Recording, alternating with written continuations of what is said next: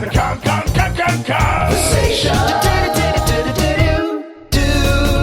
Now, Mr. Binks, can we talk like the civilized beings that we are? One reincarnated bestiality enthusiast in a baby's body on a redemption arc, chatting with an eldritch hellspawn magically inserted into a stuffed purple gorilla toy? Hello, and welcome to the Kongversation. I'm Hyle Russell. And I'm Mitchell Wolfe. Mitchell, welcome back to the Kongversation. It is always nice to have you. How are you doing on this I'm always excited to be here. I'm good, day? Hyle. Okay, sorry. My note cards of talking points had fallen out of my hand, and I had to pick them up. Cool. Yeah. So, Mitchell, when's the last time you were on the show? I can't remember when you last graced us with your presence. Yeah. I feel like it wasn't so long ago, maybe within the last 6 months. Okay.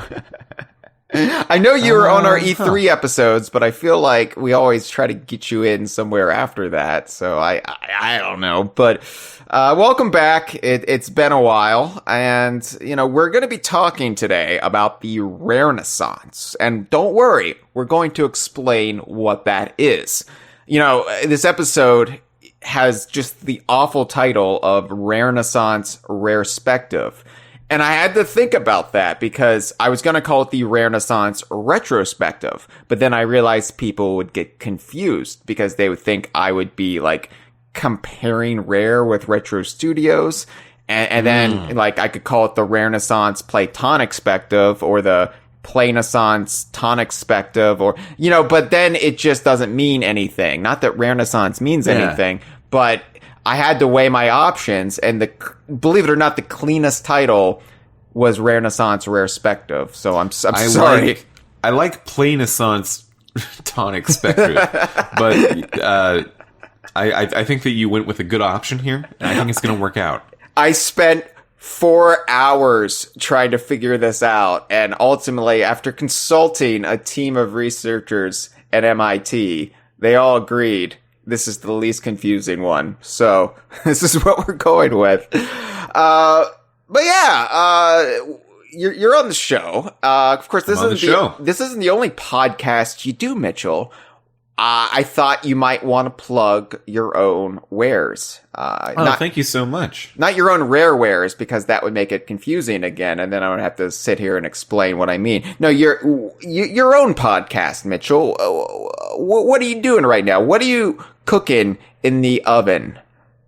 So, me along with other Kongversation often co-host, Dustin Jackson, are going through every Telltale video game that they've ever released between the years of 2004 and 2018, I believe, is when they ultimately fell. And we're right now we just finished the Walking Dead Season 1, which was a really, really cool video game, sort of surprisingly for me. So if you go over to Telling the Tale on any of your podcasting apps, you'll be able to find it. Telling the Tale is the name of our podcast, and you should subscribe to it if you want. That's my advertisement for myself. Hey, if you want, you should go for it. Sort of a tall tale spective. Yeah.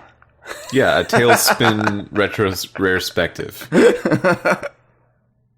No, but yeah, you're doing that with Dustin Jackson, who regular listeners of the Kongversation will certainly know. He's been on the recent Sabre Wulf GBA episodes we've been doing. So, yeah, you get Mitchell, you get Dustin. It's basically like a conversation, except I'm not there because I wouldn't be any help in the tall tale discussions. Well, we barely are any help ourselves. I wanted to bring this up, though. Good. Thank you for reminding me about Sabre Wulf. Yeah. I just want it on record on the show itself. Okay. That in 2015, I posted basically what is your Saberman rule. Yeah. on the forum. Yeah. And I was met with nary a consideration. Okay. Nary. Hyle. Well, Mitchell, I've grown considerably since 2015, as the world has been through quite a stormy season in itself. So, you were just too early. You were just ahead of your time. And like most artists who are ahead of their time, great thinkers, you were stoned to death. I was stoned to death, which is why I'm here today. And you know what, Hyle? I'm just happy Sabre Wulf made it more than, hey, who invented this rule? Was it you, or was it definitely for sure me? What matters is that more people are playing Sabre Wulf GBA, which is a fun video game.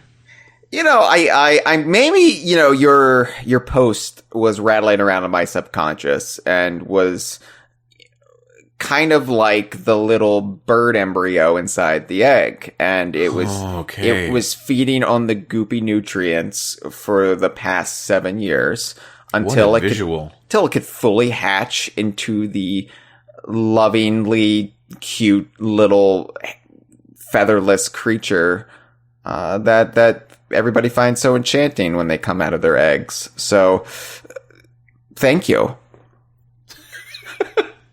Well, I'm glad to have been your egg mother. Yes, thank you for the last 7 years. Impregnating the hen that is my Donkey Kong Universe logic. Speaking of Donkey Kong Universe logic, Mitchell, we at DK Vine, we like to break down the Donkey Kong universe by era, because we're all about the historical legacy we leave behind, it leaves behind. We like to have these epochs, these measurable units of time where we can say, this was the story of this era. A lot of this is just in rarespect. Because, when you're living in the moment, it's not quite clear. It's only until after you're past a moment of time that you're able to really put that in perspective. Mm-hmm. And some of it may be,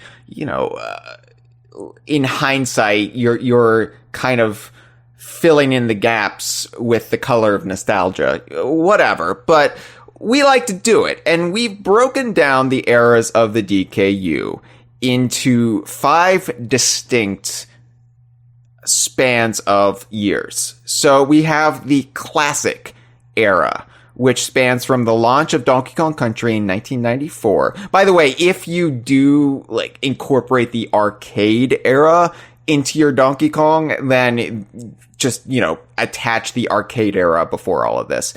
We got the classic era, 1994 to 1997, which is Donkey Kong Country games and Donkey Kong Land games. It is the establishment of Rare's vision of Donkey Kong, the modern Donkey Kong. And that's basically what it is. Following that, we have the spin-off era, 1997 to 2002. Diddy Kong Racing essentially creates a shared universe of Rare games. The Banjo-Kazooie and Conker series both launch, while plans for Dinosaur Planet are underway with incredibly convoluted results. And Donkey Kong also rediscovers his historical connections with Mario, and the modern Donkey Kong begins appearing in Mario side games. Then we have the It's interesting to me. Oh, yeah. Oh, I'm sorry. Go ahead. Let's define all the things. Let's define them, and then we'll pick them apart like vultures. Sure. The buyout era, which is 2002 to 2010. Up until now, this has been the longest era of the DKU. The buyout era was when Nintendo declined to purchase Rare, allowing console startup Xbox to swoop in for a deal. And so the buyout era was a period of great uncertainty that left the gaming culture of the 1990s behind, yet still produced, an incredible wealth of games across every series. Every faction of the DKU got some love during this time. However, Donkey Kong did struggle to find its identity post-Rare, and Rare struggled to find a hit on Xbox. I mean, the closest they came was like Viva Pinata, you know, but it was a very tumultuous time, and like I said, a time defined by uncertainty and the shock that what you love as a child isn't always going to be in vogue. It isn't always going to be, you know, the present. And so the buyout era is basically an era of growing pains.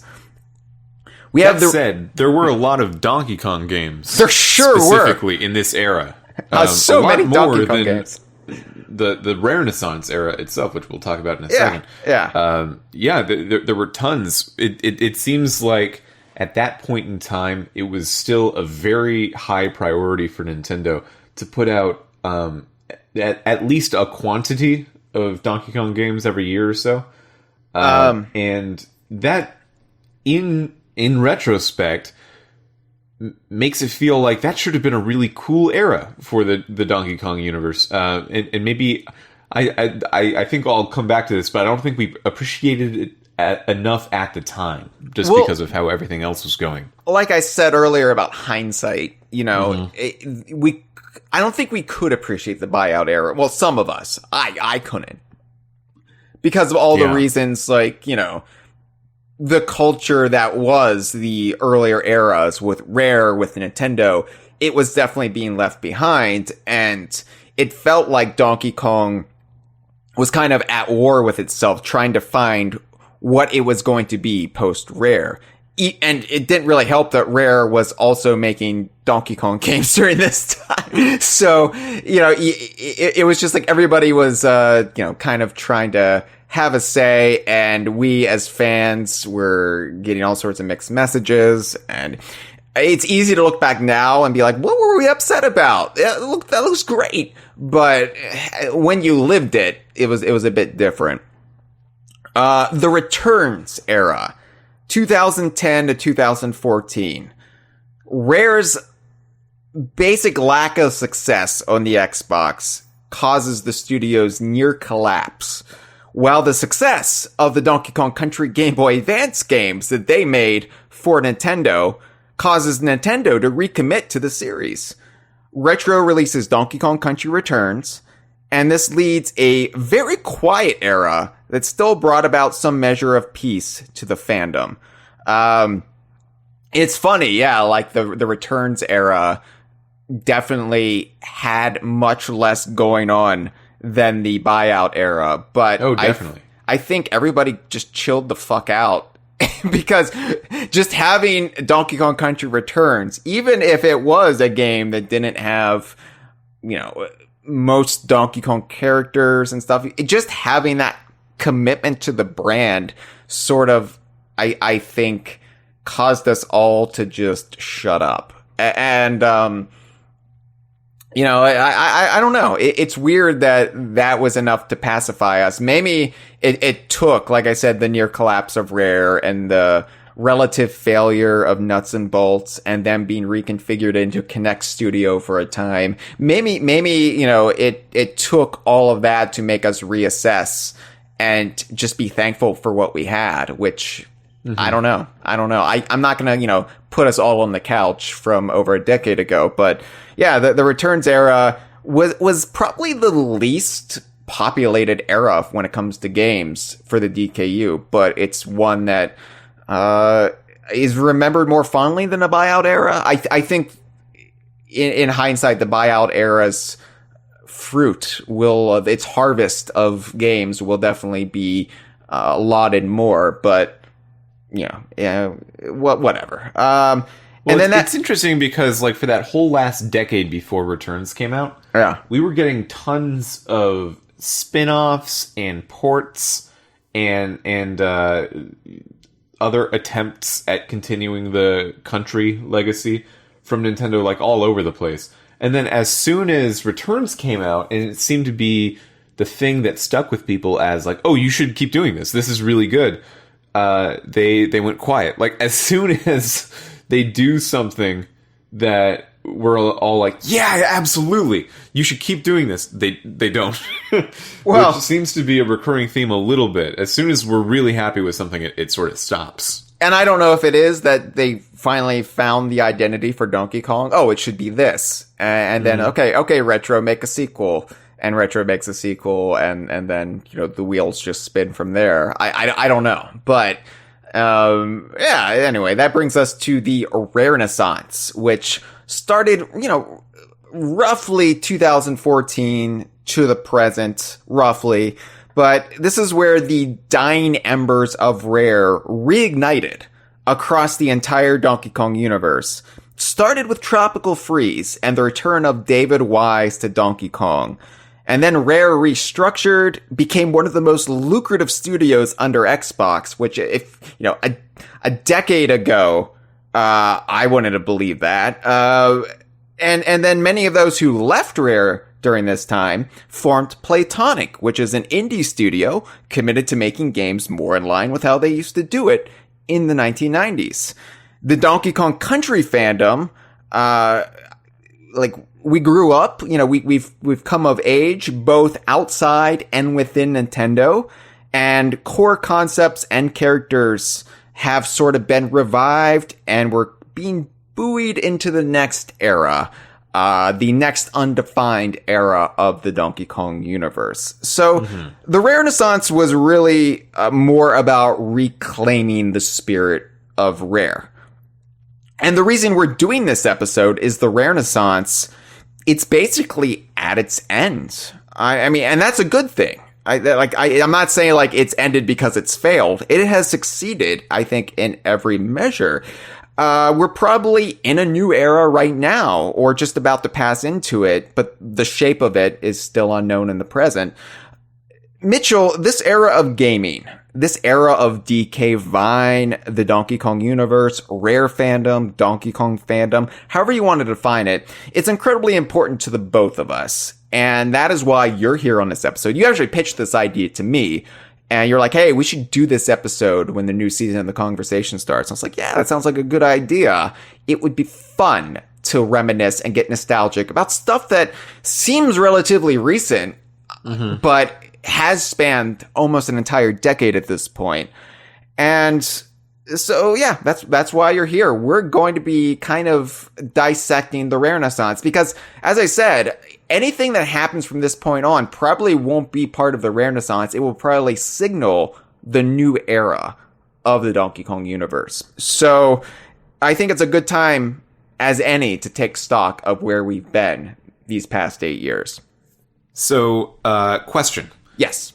Do you consider Tropical Freeze part of the Rarenaissance? I consider it the soft launch of the Rarenaissance because if we're going to define the Rarenaissance by not like the core concepts of Rare, what it means to be Rare, to be reignited, that is also a celebration of the talent of the people behind those games. So the simple act of bringing David Wise on board with Donkey Kong, I think signaled a big turning point for how this talent is recognized, how the fans recognize it. I mean, David Wise was always a known quantity to most people who have played Donkey Kong games. He was a known name. He and Grant Kirkhope are both, pseudo celebrities in this fandom. Long before people like Greg Mayles were really household names. So, yeah, I don't know. I think just having him, this Rare veteran, working with Nintendo on a Donkey Kong game that Rare had no involvement with was a huge deal. And so I consider Tropical Freeze to kind of be the herald of the Rarenaissance, even if it was, most of its development time happened during the Returns era. Yeah, I don't know where, like, official start and end dates would be for this sort of thing. Unlike the buyout era, in which case, like, there's a very specific day in 2002 that was the thing. So, for me, the Rarenaissance feels like it started. I mean, I'll grandfather in Tropical Freeze for sure if we want to talk about that. Yeah. But I feel like the big moment that we sort of all knew within everyone in the community knew that something was different was just that 1-2 punch of the E3 2015 where we got Rare Replay and an announcement of Sea of Thieves from Rare. And Phil Spencer came out wearing a Rare T-shirt on stage, and it seemed like, okay, well, if we define, we like to define the era previous to the Rarenaissance as the Returns era because we're optimists. But if we were pessimists, we might call it the Connect Sports era, right? Yeah. So the idea that Rare themselves are doing all this different stuff that is both pushing forward in a new way that we can get excited about, and also returning to some of their older stuff, that feels like a big moment. And then before that, only like 1 or 2 months before that, Playtonic had finished their Yooka-Laylee Kickstarter.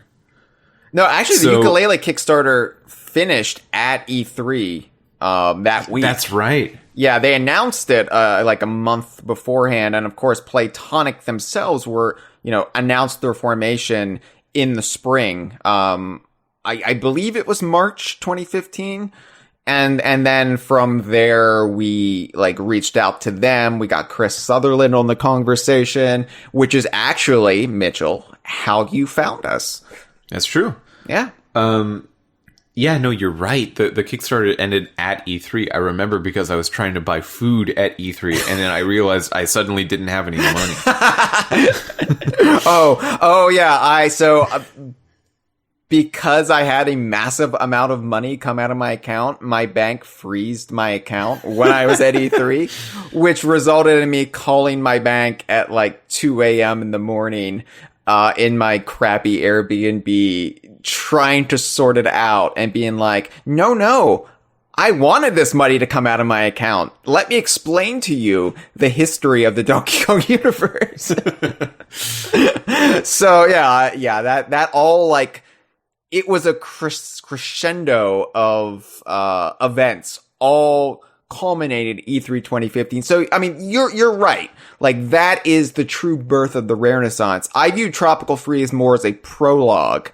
Sure. Because I do feel like Tropical Freeze was the first time there had been a bit of reclamation when it comes to the spirit of Rare. I mean, it is also a game that sought to rectify some of the missteps that Returns made and tried to make good with the Donkey Kong fandom. Even little touches here or there, Retro went out of their way to implement. And, they wanted David Wise for Returns. They couldn't get him at the time. They got him for Tropical Freeze. So, there is both the historical truth, and then there is making things more dramatic in historical retellings. But I do view Tropical Freeze as the prologue, because I remember how I felt.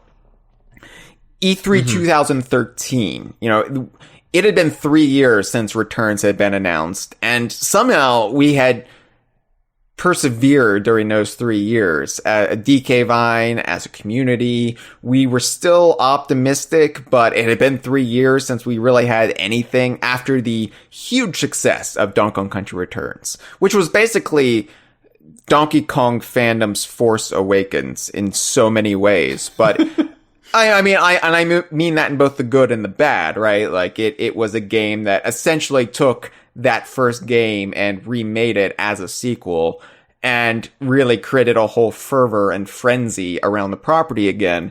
But we really hadn't had anything outside of cameo games since that point. And then to have Tropical Freeze announced, Dixie Kong was back. We were excited about that. We were a little, miffed that the Kremlin still weren't there, but the snowmans look cool. Or we only knew them as the Vikings then at E3 2013, but whatever. And then later that afternoon, I was just sitting outside in the June sun, looking at my phone, and I was does.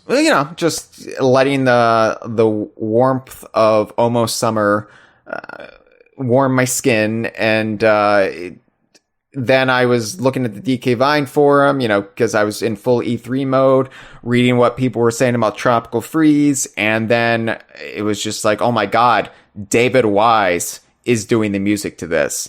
And it's just one of those moments where everything stops. Like, it feels like the world around you is paused and that you could actually walk through reality, and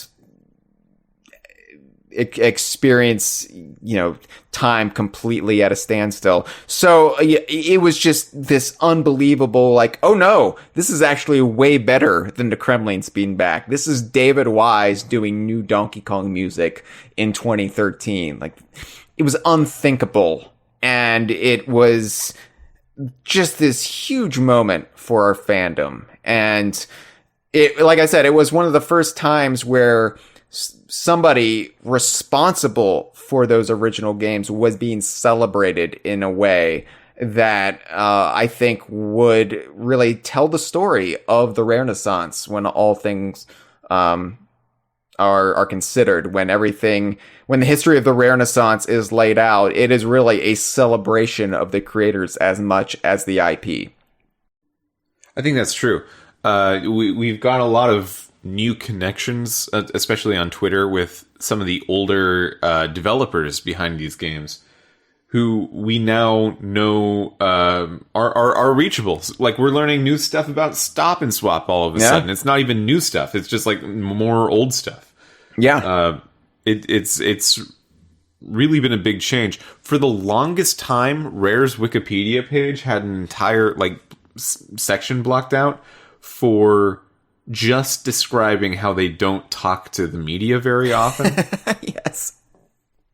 Which I never liked, because even if it's true, why that's not Wikipedia worthy. No, just describe the company. You don't need to do that. It's more explaining why you don't have any more information to give on Wikipedia. Yeah, for the longest time, Rare was kind of, this is the way the Stampers ran things, and I think very highly of the Stamper brothers, the founders of Ultimate Play the Game, which evolved into Rare. But I don't really like how they did this. They really hid their talent as best they could. Part of that was so the talent wouldn't get poached by other studios. You don't want a big superstar in your midst, because all of a sudden then they can be, headhunted, targeted by other studios who are like, yes, we want Greg Mayles, the designer of Banjo-Kazooie, in our studio. And so, that is even why in a lot of their credits, they would just list first initials, like Gmails. And I don't know, I feel like Greg Mayles should be celebrated. I feel like all of these people should be celebrated in such a way that, as much as they want their privacy disrupted, if they want to lead private, quiet lives, sure, absolutely. I want to respect that. But there's got to be a middle ground here where, for so many years, Lee Loveday was the gatekeeper at Rare. We got all of our information through Lee Loveday on the Rare website, and everybody else was kind of behind closed doors. And the people who would break through that would be people like the composers, David Wise, Grant Kirkhope, because you couldn't help but take notice of what they were doing.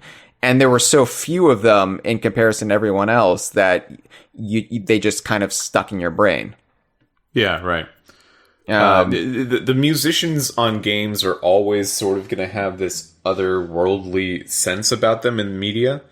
They're credited more often, and some for some reason their work is thought of as being a different aspect of game development than the rest, which I don't think is fair or true. No. But I think it's at least good that we have this sort of respect for composers. Their job is hard, and they are producing really great work. I hope that someday we sort of get to a point where we raise our appreciation for all of the other developers on a game to meet that, rather than, sort of balance it the other way. But I definitely knew Grant Kirkhope's name way before I knew Greg Mayles' name. Yeah. It just seems like that's the way that goes. It is, and it's not fair, but that's just the way the world was, and that's why I really like this era we're entering in now, or we've not entered in, but we've been living these past several years, where more and more names from Rare and now Playtonic are known. Like getting Chris Sutherland on our show was a big deal.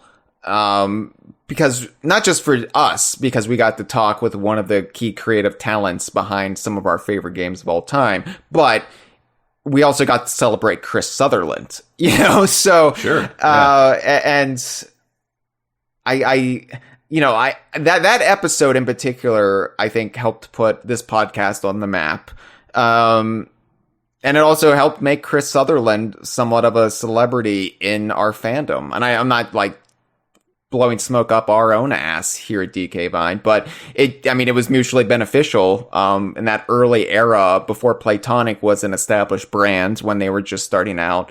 It was just kind of this signal flare that was like, hey, Playtonic is here now, and this is Chris Sutherland. You might remember C. Sutherland from the credits. And you remember the credits, right? All of the credits. He's going to tell a story now about himself and his life. Maybe you want to listen. And yeah, it was a big deal. It was just the right moment in time for, I think, us and them and the fandom. And it really, kind of set the tone for what the Rarenaissance was going to be, and now, we got these, Twitter accounts, that are like always tweeting, well, Greg Mail said this in 2006. And, it's great to see, as funny as it can be at times. It's just, it's wonderful to have the people, and not all the people get the recognition they deserve. Because, I've obviously been focusing on Greg Mails and Chris Sutherland, but there are so many people down the list who don't get the credit they deserve. And part of that is their availability on Twitter. If they're not really on Twitter, or they don't engage much, then maybe they aren't as well known, but yeah, it's been really heartwarming as somebody who grew up loving these games and these characters to now also get to love the people who created them. And that's been the biggest revelation of the Rarenaissance for me, is I care just as much about the creative talent as I do the IP. And, I'm the one who's like, characters are everything, lore, but if these creative talents, if these people are making a new game that has nothing to do with that, I'm still going to pay attention now, where maybe, 10 to 15 years ago, I wouldn't have. So, anyway. Anyway. It's, it's how I've evolved, and that's thanks to the Rarenaissance. So, yeah. So, from my perspective, the Rarenaissance is a really special era, because that's sort of where I met the community at large. We met as you alluded to earlier. We met at E3 2015. Yeah. So that's nearly 7 years ago, which is wild. It doesn't feel that long at all. It both feels like yesterday, and it feels like 20 years ago. I really, ever since COVID, time has had no meaning. And as you get older, time speeds up. So really, I have no idea anymore. It's just, I feel like I am in this void at the end of time where, all of time is collapsed in on itself. And so I can live both the past and the future and the present simultaneously. So yeah, if you say it's 7 years ago, I'll believe you. But also, it just happened, Mitchell. What are you talking about?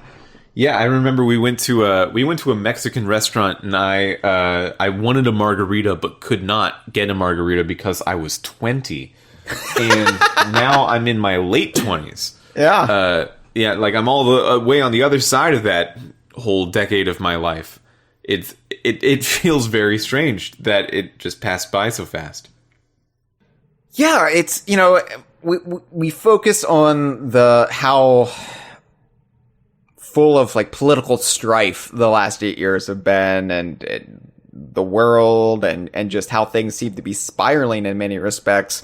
But that is why I'm so thankful we have had this era, this almost universally beloved era for the DKU, because it's allowed us an escape. Just like, you know, if I were to escape the bullying of junior high, I had the new game Donkey Kong Country 2 to get me through those troubled days. And now I have all of this stuff to help get me through, the world. How do you feel about the world right now? Oh, well, where would you like me to begin, Mitchell? I don't want to be I know that's a loaded question. I don't want to be taken down by Russian troll farms again, so why don't we just sidestep that question? Fair enough. Yeah, so, we've discussed, Tropical Freeze, David Wise. We've discussed the announcement of Playtonic and also E3 2015. And specifically, like, the whole rebranding of Rare during this era, where they had the new logo that harkened back to the Rareware logo from the 1990s. They announced Rare Replay, which, was a big deal at the time, but really the biggest announcement was Sea of Thieves. And this, like, promise of, oh my god, I'm getting this game about rare pirates, with Greg Mayles designing and all of Rare, behind. And it was just such a cool moment after those many years of the Kinect Sports games, which, to be fair, the Kinect Sports games did what they did very well. It just wasn't what most Rare fans were hoping for. And we can parse and debate about, well, Sea of Thieves is what a lot of longtime Rare fans wanted. They want Banjo. They want Conquer. They want this. They want that. Now we got Viva Pinata people in the comments asking where the new Viva Pinata game is. But Sea of Thieves really does capture the spirit, the quintessential spirit of Rare in a way that I don't think the Kinect Sports games ever really could. And so that E3, that whole E3 was just such a head trip. Going to a Mexican restaurant with you, getting to meet so many people from Rare in person, which I never thought I would get to do. I never thought I would get to experience that. Like, oh my god, this is Greg Mayles. This is Robin Beanland. Robin Beanland is on the E3 show floor showing off Rare Replay. What? It is weird that they just had everyone sort of walking around that year. It seems like later years that they realize, like, oh, we're kind of people. we're kind of people that people want to know and talk to. Maybe we should be like a little less exposed to just everyone.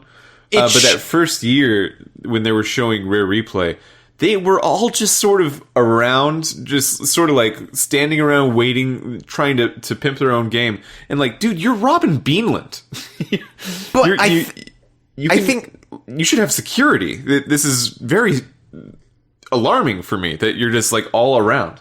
I think that shows where the Rarenaissance took us from that E3 in 2015 to the now, where, truth be told, most people didn't know who Robin Beanland was then. I mean, obviously we knew, oh my god, you're the composer of Conquer, you're the composer of Killer Instinct. But, to the general populace at E3, they didn't know that. And, the success of Sea of Thieves, the kind of, opening up of Rare and putting the spotlight on these creators has completely changed that. You're right. So that was a special moment in time. As much as sometimes I look back, I'm like, oh, I wish I could have been at E3 2013 to see the reveal of Tropical Freeze.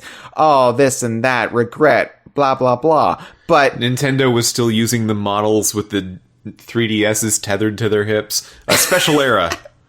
Yeah, that first E3, because that was my first E3. That was your first E3 too, right? Yeah.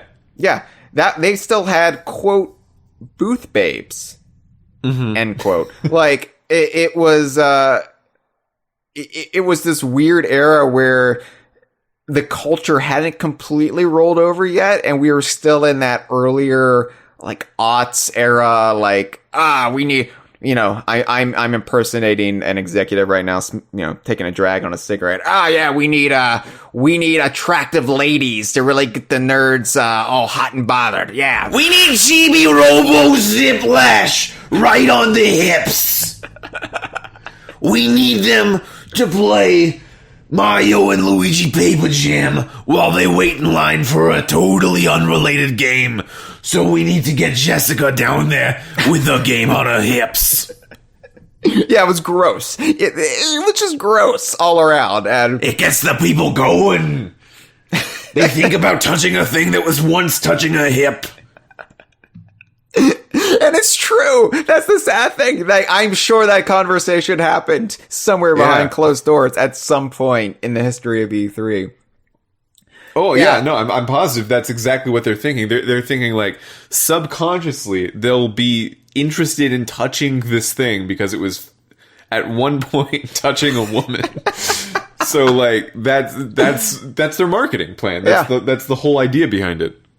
And I have to be honest, when like we were discussing going to E3, like I wasn't even that interested in staying out for the entire thing because I'm like, people, I don't like being around people. It's just, this is pre-COVID too, so I wasn't even thinking in terms of I'm going to get sick. Oh, Mitchell, you better believe I got sick at the end of that E3. That last day, I had come down with the convention flu. Weird, the era of walking around not wearing a mask. What? But Yeah. I mean, I had no interest, but I'm so glad I had that experience because just getting to meet the people at Rare, and I don't want to like toot our own horns here, but I think it meant something to a lot of those people at Rare to see that they had such passionate fans. And we weren't being weird and creepy, or at least I was trying not to be weird and creepy, but just having discussions with people like, oh yeah, you worked on Grunny's Revenge? Here's what I really loved about Banjo-Kazooie Grunny's Revenge. Let me tell you. And to have these discussions.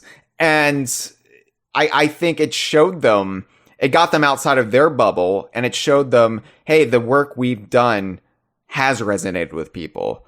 And it was just this huge turning point all around for everyone. It was really a special moment. And I had an emotional reaction coming home from that E3, just realizing that between Rare's obvious restructuring and the birth of Playtonic, that all of these creators I had followed in my childhood that had gotten me through the roughest days of adolescence, they were all going to be okay, and that the spirit of Rare was going to persevere when just a year earlier it felt like that wasn't going to be the case. Yeah, it's tough to talk about this era because on the one hand, I think you can maybe define it as like, if you wanted to be mean about it, you could define it as promises that did not come to fruition. Oh, that is mean. Like the idea that like, hey, I love these Rare IPs. They're back. And like, well, we haven't had a Donkey Kong game in 7 years. We haven't had a Banjo game, and we haven't had a Conker game. We haven't had like any of these things. The one Star Fox thing we got literally erased our history with that within the DKU. So like on some level, the idea that like hey, you know what, the DKU is back, like that kind of didn't happen. But there's all of these other things that just involve the culture around it, just like how did it feel to be there at the time. It's so much more positive than eras that were actually getting a lot more games, like the buyout era. Like during the buyout era, we got a new Conker, we got a new Banjo, we got a bunch of new Donkey Kong all over the place. We got a ton new Star Fox that were like following on from Star Fox Adventures. That was the time that I think we actually were experiencing the ballooning of the DKU, and then we never felt that at the time. And then the Rarenaissance is the complete opposite, where we are actually not getting that much at all, but we are getting like some new things we never thought of before, because like we couldn't have thought of before, like Yooka-Laylee and Sea of Thieves. Yeah. And just the way that the way the world around these games feels right now, or not right now, I guess we're out of it, but at the time, was so strange because, like to go back to that 2015 E3, I met Craig Duncan there, and I was very excited. Like, this is the head of Rare. This is a really exciting thing. I'm a big fan of the studio, and he's in charge of it. And I was talking to him for like, I don't know, like 4 minutes or something, and at some point he goes, "Hey, do you want to take a picture?" And I was thinking like, "Oh, that's super generous with your time and everything. That's awesome. Thank you." Yeah. And then he took a picture on his phone and posted it on his Twitter. Yeah. Of just me and him. and I wonder, I think about that all the time. I wonder if maybe he thought that I was some sort of influencer that I wasn't. Yeah.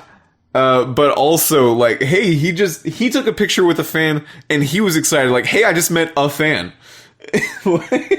like that's such a wild thing to have happened. Yeah, I was always super apologetic talking to Craig at any E3 because anytime we would talk for more than 3 minutes, I'd be like, well, I am monopolizing this very important man's time. I'm going to throw myself on the pyre, to apologize. and he would always insist to keep talking to me. And I'm just like, what are you doing? What are you doing? Like, he's a good talker. He's got those talking skills. Yeah.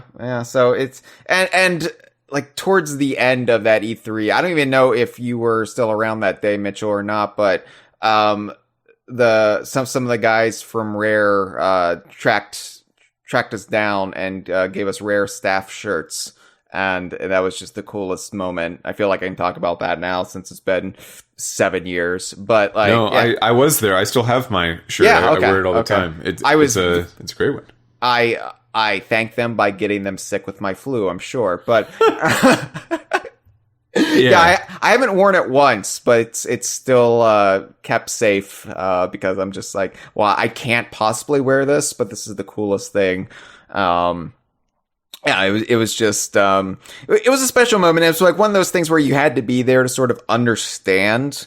But I think that really helped set the tone of, like, how we were going to view the Rarenaissance going forward. Like, because not just the Rare stuff, but getting to have dinner with Grant Kirkhope and Andy Robinson of Playtonic. And it was like this huge moment where we got to pick everybody's brains about what was happening with Yooka-Laylee and Sea of Thieves, and it was just a lot of good vibes. Like, okay, there's actually a plan now, whereas before it felt like they were just kind of fumbling in the dark, hoping something would, something would catch fire and illuminate the room, and nothing really ever did in the buyout era for Rare, and yeah, here we are. Sea of Thieves is one of the biggest games on the Xbox, and Playtonic is doing very well for themselves, and they're now publishing indie games in addition to making their own, and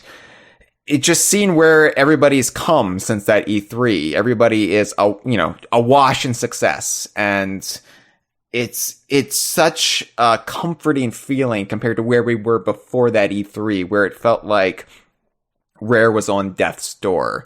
And I remember when they had the layoffs in 2014, how gloomy it felt. And I did a Kongversation, and I said, it ultimately doesn't matter what happens because we, the fans, will carry the spirit of Rare with us. That's not verbatim, but that's what I was trying to convey. And then, like a year later, this E3 happens. I'm like, oh, thank God, that was too much burden for me.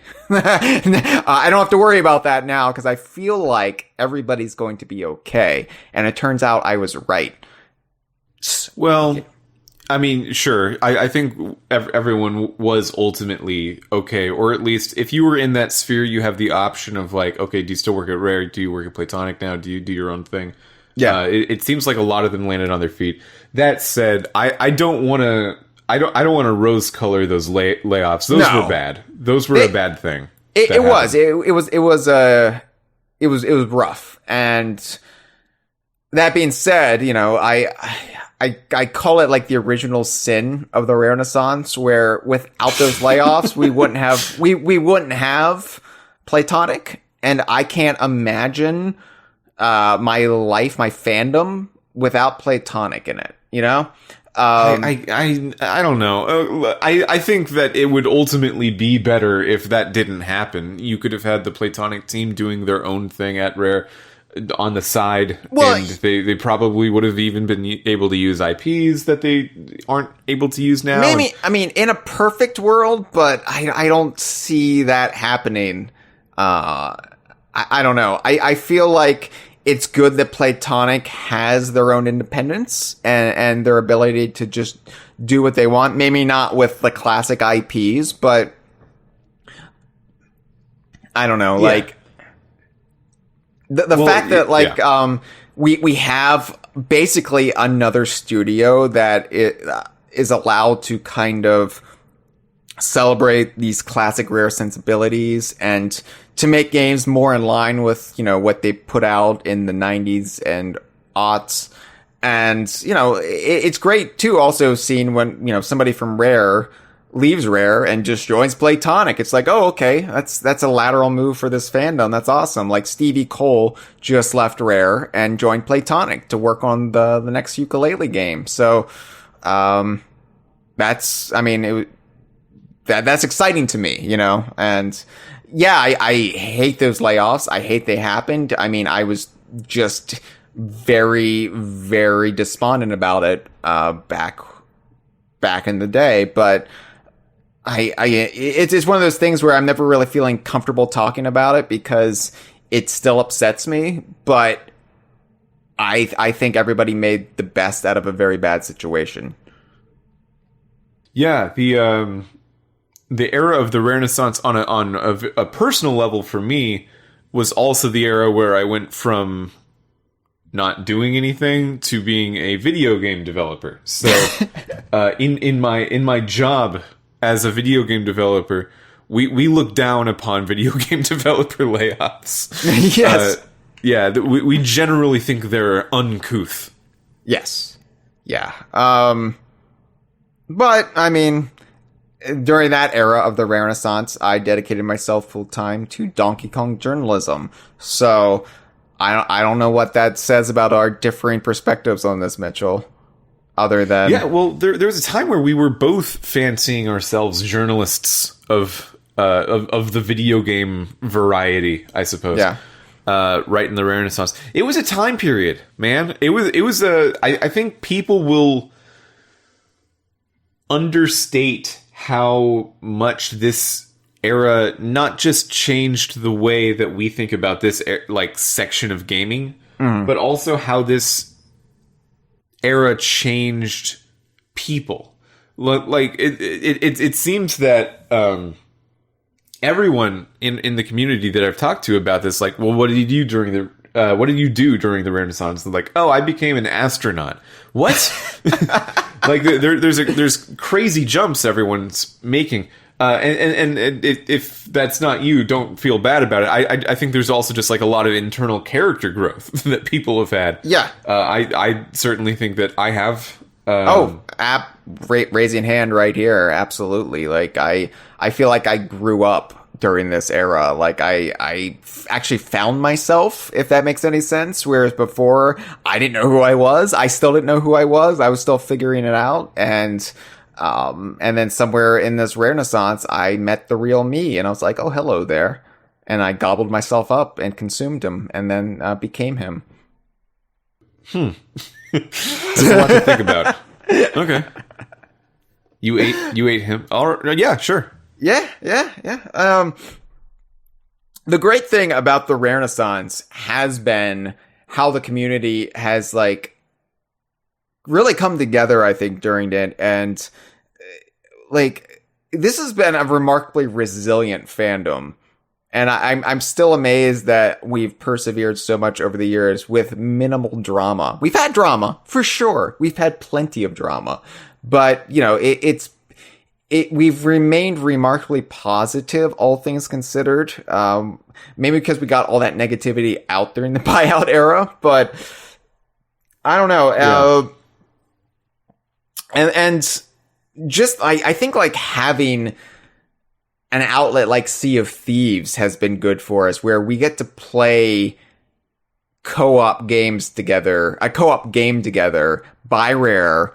Like it's part of my weekly ritual, as you know. Like I play Sea of Thieves every week with my friends from around the world, and it's just an amazing experience to get to have that shared adventure in a Rare game. It's something you would fantasize about as a kid, and to get to do that, I mean, Sea of Thieves is such an important pillar of my life now, because it is how I hang out with my friends, which was important to me before the pandemic, because most of my friends are scattered around the world. I you know, really don't have many IRL friends at this point. They're all just, you know, cast to the winds. And it was especially important post-pandemic, when this was the only kind of human interaction I would have other than my spouse. You know? Yeah, Sea of Thieves has been really important for the community in general. And I think we should not skirt around the fact that when we're talking about the community, a lot of them skipped Sea of Thieves and are still skipping Sea of Thieves currently. Yeah. For reasons I get, you know, like everything else that is a main pillar of the DKU, you're playing as an animal. It's a single player game. It's an adventure game, and like Sea of Thieves is like not that thing, not it at all. So that it makes sense. I'm not gonna say like, well, you should just like a different kind of thing. Well, they won't. But it has been really important, I think, in just like showing that, like showing what's going on at Rare, or showing how a game has been performing at Rare constantly. Like you get a constant stream of, oh well, this is what we're doing right now. Yeah. I think that there's an argument to be made that the fact that the entire studio has largely felt like a single game studio, even though they've done some other stuff and are of course working on Everwild right now in the background of Sea of Thieves. The fact that it's been like 1 year from now, I assume Everwild will still not be out, and Sea of Thieves will have been the thing for 8 years. Yeah. That's an 8-year period with just like one game to focus on, whereas the entire time they were with Nintendo was 8 years. So like comparing everything that came out then to everything that comes out now, like this is another thing where like it feels a lot better, and I think it is because it feels that way. Like that's what actually is important. Mm-hmm. But like if you actually look at the output, there's not like a whole lot going on. But what does come out feels more intimate and more special for the community as a whole. It's a steady stream of Rare content that we don't have to wait.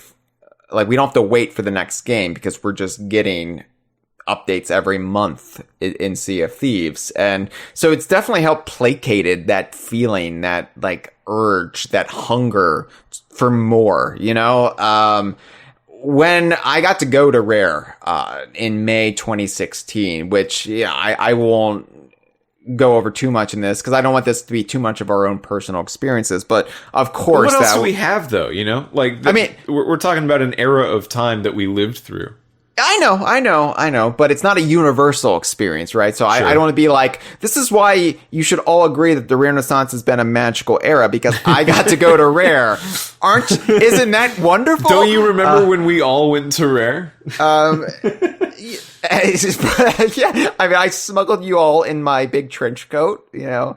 We were just like 30 people all stacked on top of each other. No, I mean, when I got to go to Rare, like that was surreal. You know, it was like an out of body experience, a manic high that may never be topped. Because, you know, even if I ever got to go back to Rare, I've already been to Rare. It's your first, you know, nothing's ever gonna like touch the surreal feeling of your first time. So to get to go and, you know, go around Manor Park and to play Sea of Thieves for the first time before anybody outside of Xbox got to play Sea of Thieves. And I played it and I was like, I knew, like, this is going to be a game changer for Rare, for Xbox, for gaming. Like, I knew that this was kind of the end of an era in a way, in that what would define Rare fandom going forward wouldn't necessarily be Banjo and Conker and Donkey Kong.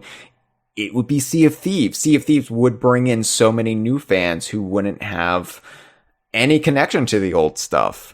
And I remember like reading a DK Vine. So, okay. So another glimpse on the inside here that I don't think I've shared. We went to dinner one of the nights after like being at the studio during the day. We went to an Indian restaurant. Ooh, fancy Hyle, eating food at night. I know.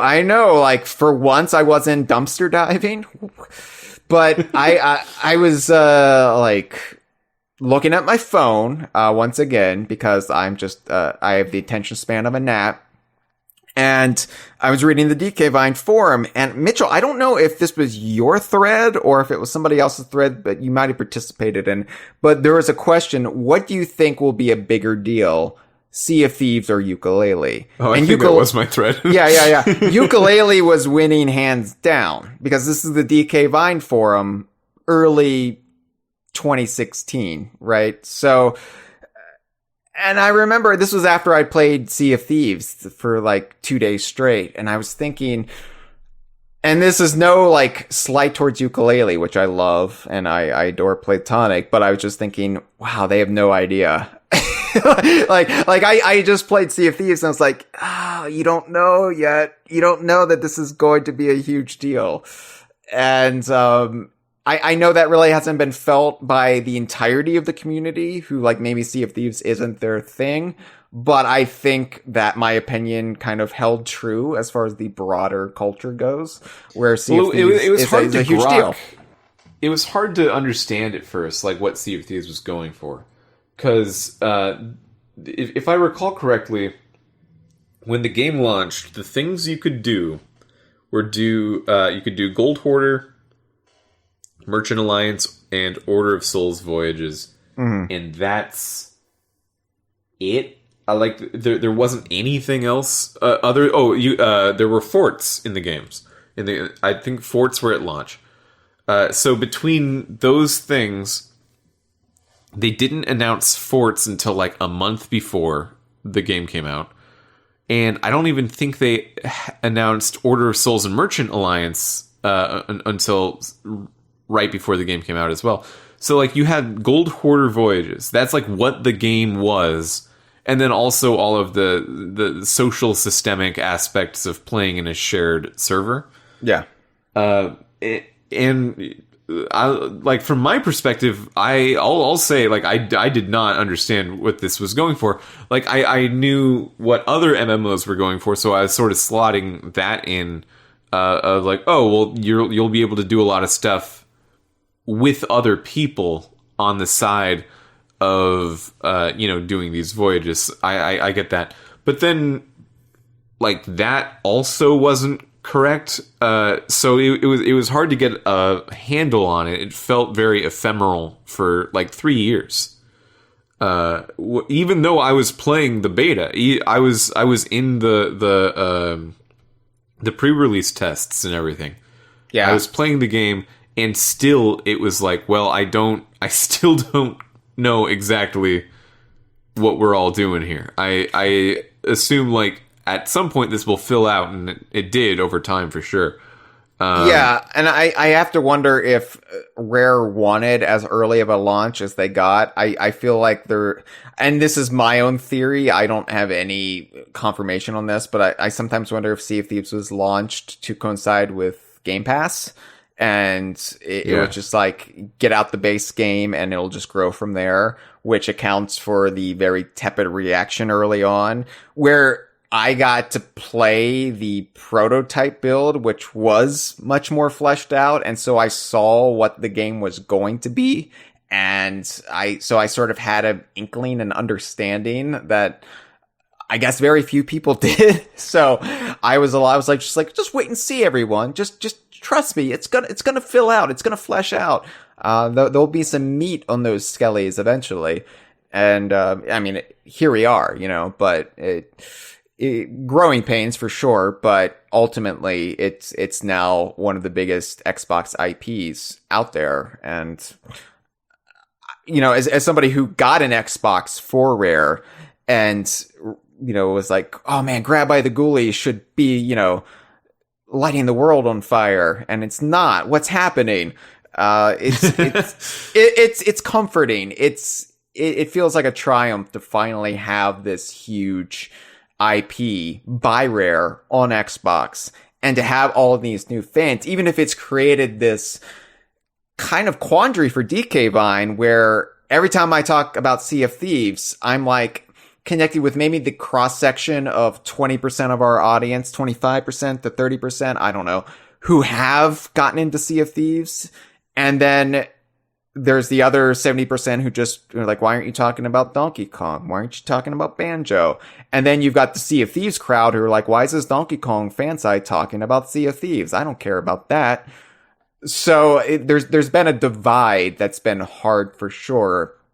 And that's why I look back at my visit to Rare at E3 2016, because I was like, this is the last moment where me and my contemporaries here are the Rare fandom. Right? Like, the Rare fandom's going to be more going forward, and it's going to be different.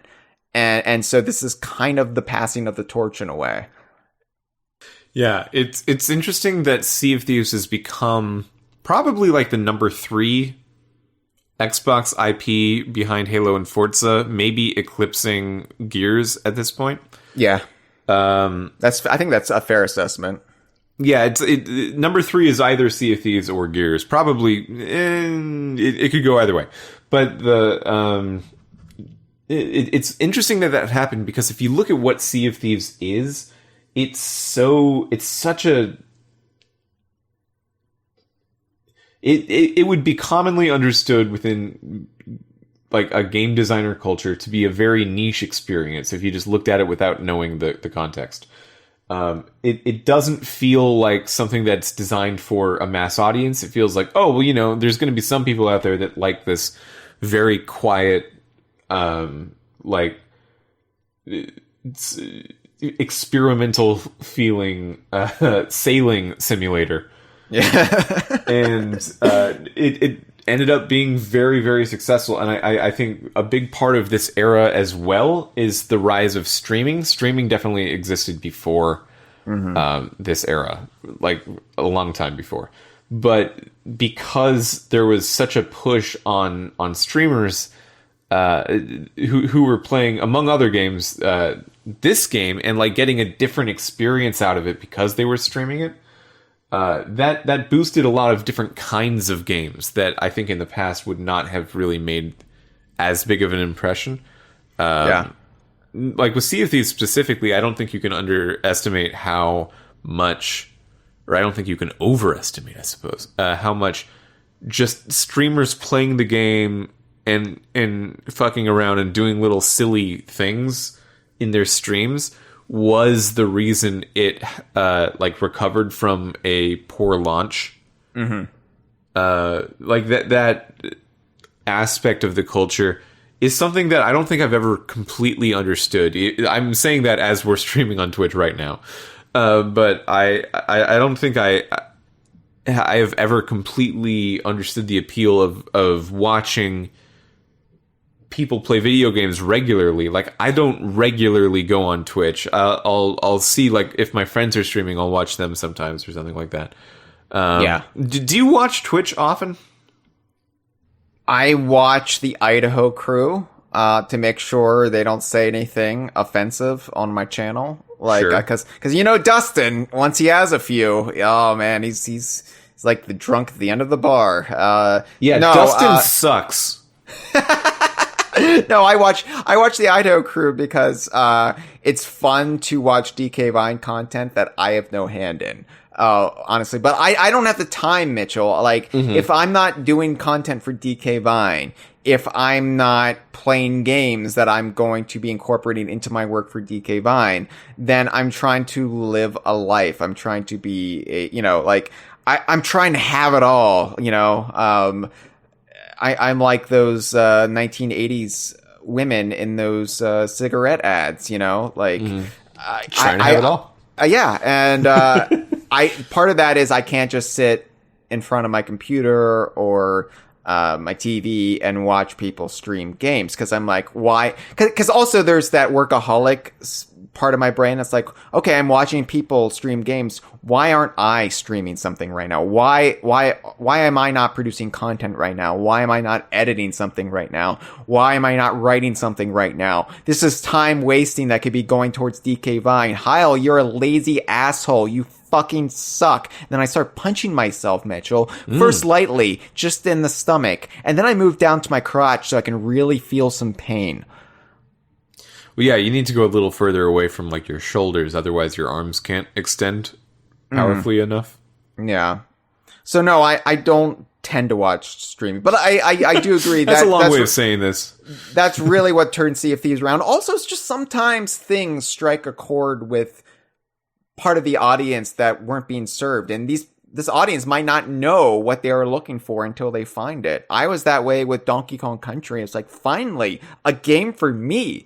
And I think Sea of Thieves has struck some of those same chords. You mentioned how quiet it is in comparison to other games. And it does kind of talk about the wheel of emotion that they were discussing when developing this game. It does strike the full gamut of humanity of what we feel. And I think that's important. I think it just struck a chord with people once people gave it a chance.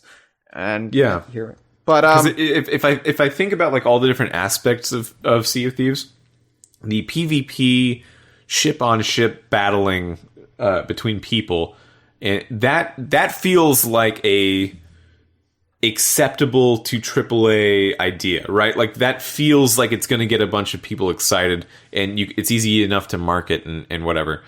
And then the quests themselves, I feel the same way about that. Like, I can totally imagine marketing a I don't know what went into the marketing, but showing off finding a treasure chest somewhere and beating some skeletons and returning it. I get that loop as well, but so much of the game is so it's much more atmospheric. It's much more ambient. You're just exploring a very ambient place, and that seems hard to make a big deal.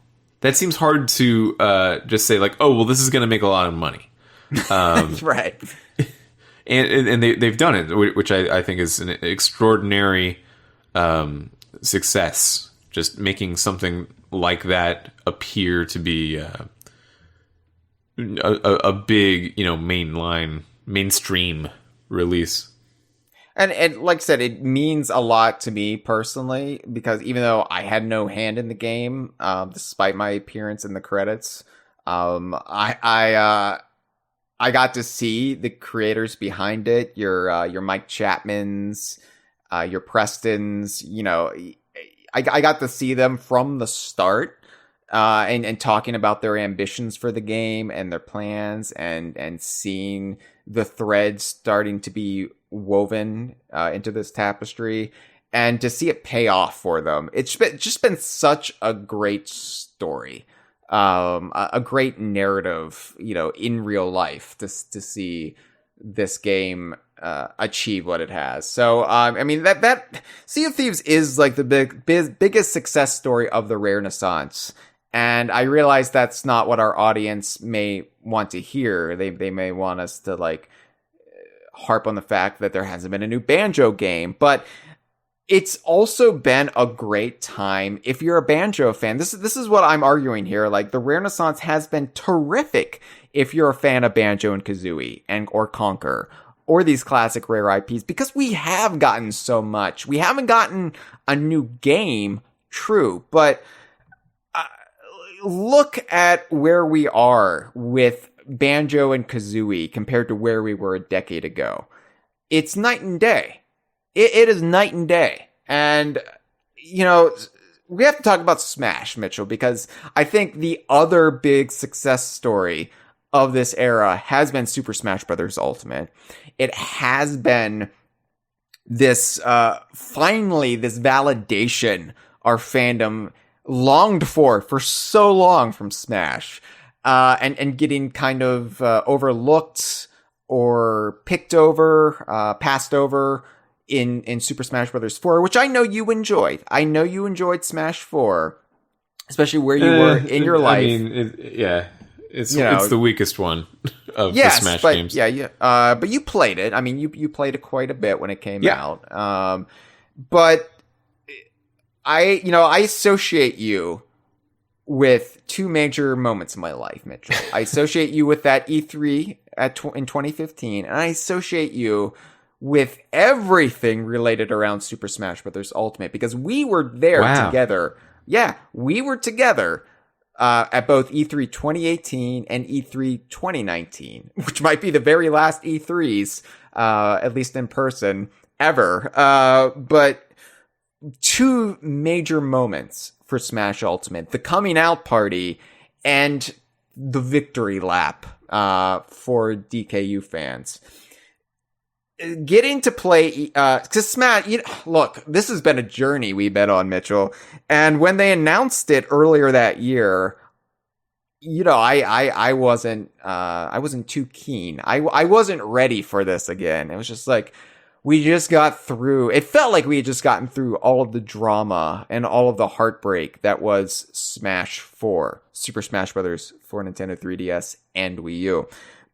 And so I was ready to put that behind me. I didn't want to go through it again. This fervor of, okay, what's going to be the next Smash character announced? Oh, here's my list of 8 characters I want to see, and I will burn down this entire town unless I get all 8. I didn't want to do it again. And I was just so unhappy with Smash 4, all things considered, because I loved Melee, and I'm not like, I am not one of these people who are, like Smash Brothers purist. I don't play competitively. I play for fun. I play for the silliness of it. But I played hundreds of hours of Super Smash Bros. Melee and loved it. I liked Brawl well enough, but it did feel like they made some missteps there. And Smash 4, well, it happened, didn't it? But Smash Ultimate, I completely turned around on it at that E3 2018. Just the announcement that everyone was going to be there, every past fighter was going to be there, was almost enough to get me over that hurdle of, yeah, but we won't see any new Donkey Kong characters. I didn't really care at that point. I was like, all right, that's pretty cool that every character is going to be in it. I will take that trade-off. And then I got to play it on the show floor, and I realized, oh my god, this is fun. This is the first time I'm really smiling playing Smash since Melee. It was for me. I had a feeling that it would be different than Smash 4 from the very beginning. I think I even I requested a conversation at one point where we talked about the future of Smash before Ultimate was ever announced. I remember. And the thesis statement that I was bringing to the table was basically just, I don't know. I think it's probably going to be good soon. Okay, but I gave you crap for that thread you posted on the DK Vine forum in May 2016. I was right about that. You were right about this. Yeah. Well, okay. So that thread went wrong. that thread had a bad day. Because I was more thinking about it from a perspective of like, well, we've defined like the really important games to the DKU in the past as being X, Y, and Z, right? So, like, are both of these games going to become that? Is only one but not the other? I wanted to know from a cultural perspective. And then, yeah, you know what? I should have known. I should have known how it would go. People just got mad immediately. People got really riled about it. Yeah. That's the internet. That's just, if you can yell at something, why would you not? You know, I was getting drunk and showing it to people at Rare, passing my phone. No, I'm joking. I didn't show it. Cool. No, but you were totally right. You called everything about Smash Ultimate. Well, I'm not trying to brag about that. It just, I was excited. I saw. I think a lot of how Smash 4 went was because it was divided over 2 games, right? Oh, yeah. So you had to make a lot of decisions that made either one game better than the other, and they tried to balance it out in the end. And I think the balancing acts might have required cutting more things than adding. It seems like they, like the Ice Climbers work on Wii U, but they don't on 3DS. So let's just cut them from both. That's just one character, but I think that mentality sort of was over the entire project, the Smash 4 project. And as soon as they were making a Smash game that wasn't spread across 2 games, I think like it was to me. It was just a very exciting moment of like, oh, they're gonna like put everything in this game. This game's gonna go really hard in a lot of different ways. And then when we saw the reveal, it was even more than I could have anticipated because, I remember as we were going from we were in Koreatown in an apartment in Koreatown watching that video, and then we were gonna immediately. After that video was over, just go down to the convention center and do E3 stuff. Because that was the first day of E3. The show floor opened generally, 90 minutes after Nintendo's presentation ends or something like that? Mm-hmm. Yeah. No, sooner than 90 minutes. It's like if they start streaming at 9 in the morning or whatever, like the show floor opens at 10 in the morning. Like I think it's I thought it was a little bit like you have to get in line, you have to get ready, you have to get down there. But I think it's a little, I don't know. It doesn't really matter, does it? Yeah, I think at that point that was like our 4th E3 together. So we were like, well, I'm not gonna, stand in line like a pleb because I know all the ins and outs. I know how to get the stuff I want to get. Yeah. And it's true, like, especially the great thing, because you were there more as a general games journalist, and I was there for DK Vine. So, like, I think there's more pressure on you to really get in there. And meanwhile, I was like, all right, well, I've got to go see Rare. Yeah. And I've got to play Smash at some point. That was essentially my E3. When you register for E3 as press, you start getting a lot of emails that have nothing to do with what you want to do, but are like, hey, do you want to like look at my game? I'm showing a game.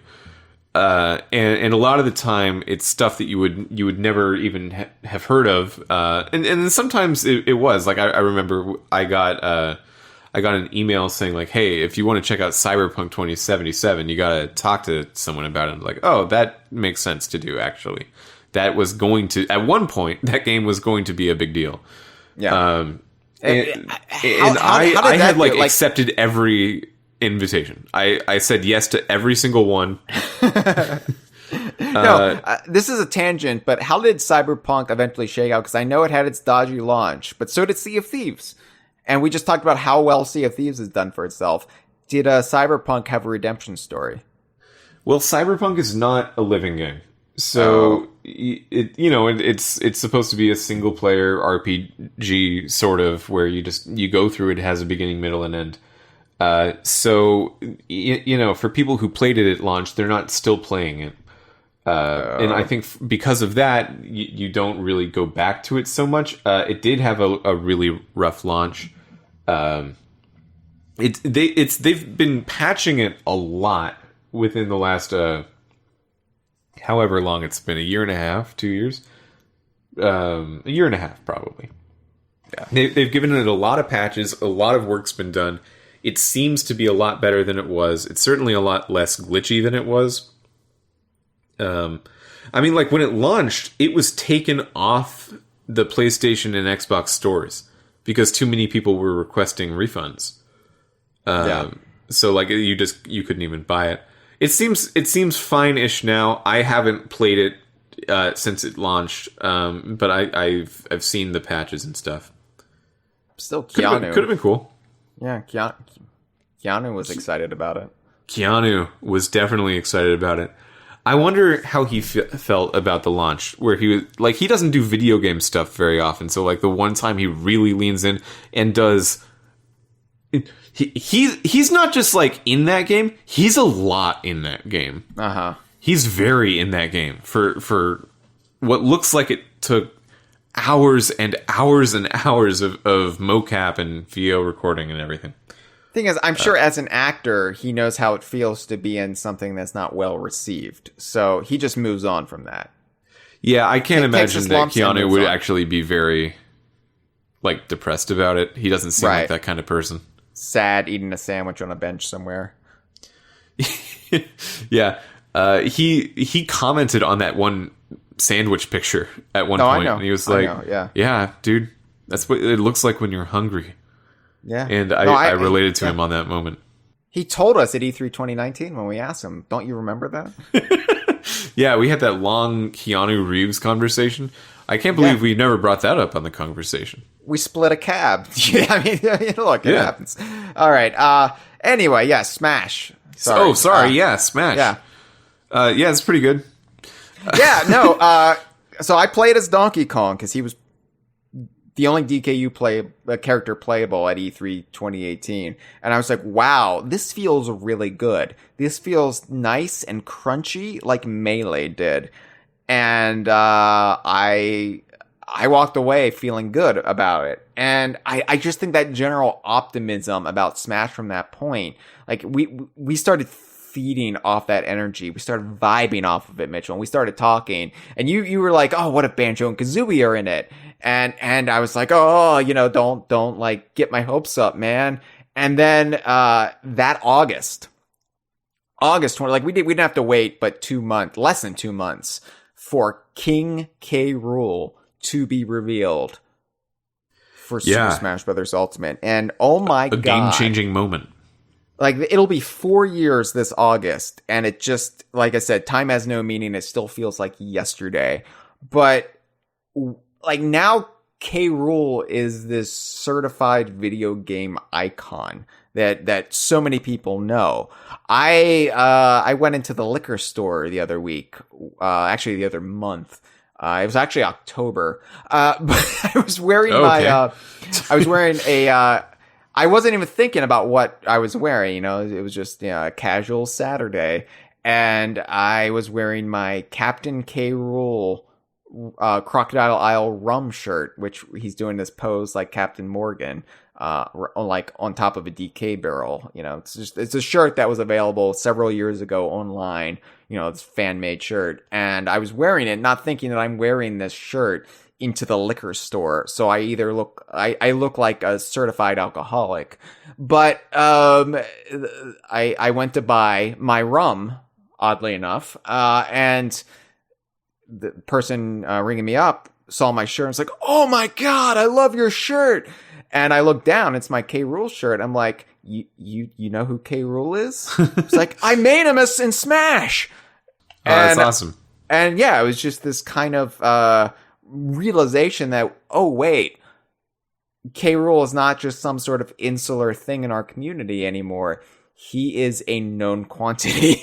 And I didn't think we would get to that point. And, we've talked about this so much on the Kongversation, but it was a game-changing moment because not only did it finally give us the return of this character we've all been pining for a decade, but it was also something completely driven by the fandom. The fandom got Nintendo to bring a character back. And how many people can say that? How many fandoms can say that because Nintendo actually opened up the floodgates this one time and allowed us to request characters for Smash, we were able to resurrect a character who may never have come back, given how Nintendo operates. And I'm still kind of stupefied that it went down the way it did.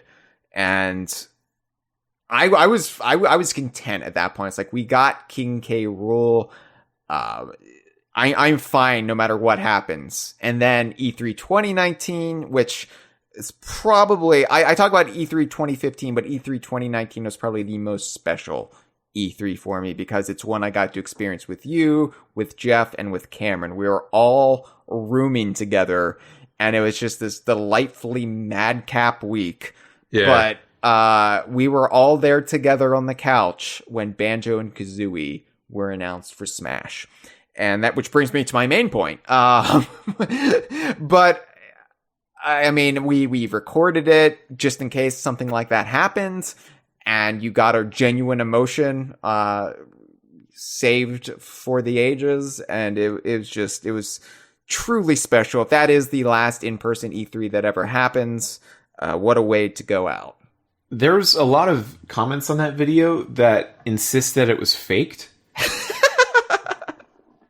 I don't know what that means. Like we weren't watching it. Like, why would we fake that part? Well, because a lot of reaction videos out there, I don't seek these out often because I don't care. But from what I understand, a lot of people exaggerate how excited they are, and they try to make it as cinematic as possible. And we never do reaction videos because I agree they're kind of cheap and tawdry and easy. They're low-hanging fruit.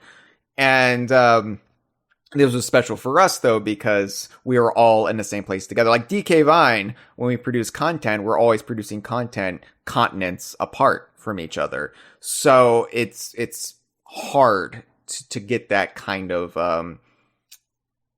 filmic togetherness. And so, and I don't togetherness. Yeah, I don't know. I'm just what a phrase. I love that. I know. I'm weaving the words into a tapestry that will hopefully delight. Anyway, so we don't often do that. This afforded us the opportunity, and yeah, I mean it was all genuine because people were like, "Well, you clearly we're just exaggerating." It's like, no, this really meant something for all of us, all four of us. Yeah. And luckily enough people realized we were being genuine because we were name dropping the actual names of things like the Ginginator. That might be why they think it's fake. Like, oh, they watched this already and they planned how to react because like no one else knows the name of the Ginginator. Who would know that in real time? I could see that being why they feel that way. But I mean, to those who know DK Vine and know how we think and operate, clearly, it wasn't fake. And let me just be on the record: nothing about that was staged. The tears were genuine. Cameron and I holding hands unconsciously, just bracing ourselves for what was happening. It was all real. As was your reaction when I got up during the Zelda trailer to go. To go do DK Vine work. No, I mean, I was like, look, Mitchell, I'm sorry, but this is where I tap out because the biggest news story of the year for my website has just broke. Bye. It was like one minute longer, and you're like, can't do it. No, I couldn't. Nope, I couldn't. But yeah, I mean, I understand that Banjo fans, maybe in the wake of Rare Replay, were hoping that there would be a new Banjo game by this point. And similar classic Rare revivals like Battletoads and Killer Instinct. It's like 7 years before that, but 8 years before, 9 years before. I don't even remember when Killer Instinct came out. 2013. Anyway. Yeah, 2013. Yeah. Ooh, it's almost 10. Yeah, I know. Wow, what? So I can understand the disappointment, but look at it like this. Banjo and Kazooie are in Smash. Banjo and Kazooie are on the Nintendo Switch with their original game, Banjo-Kazooie.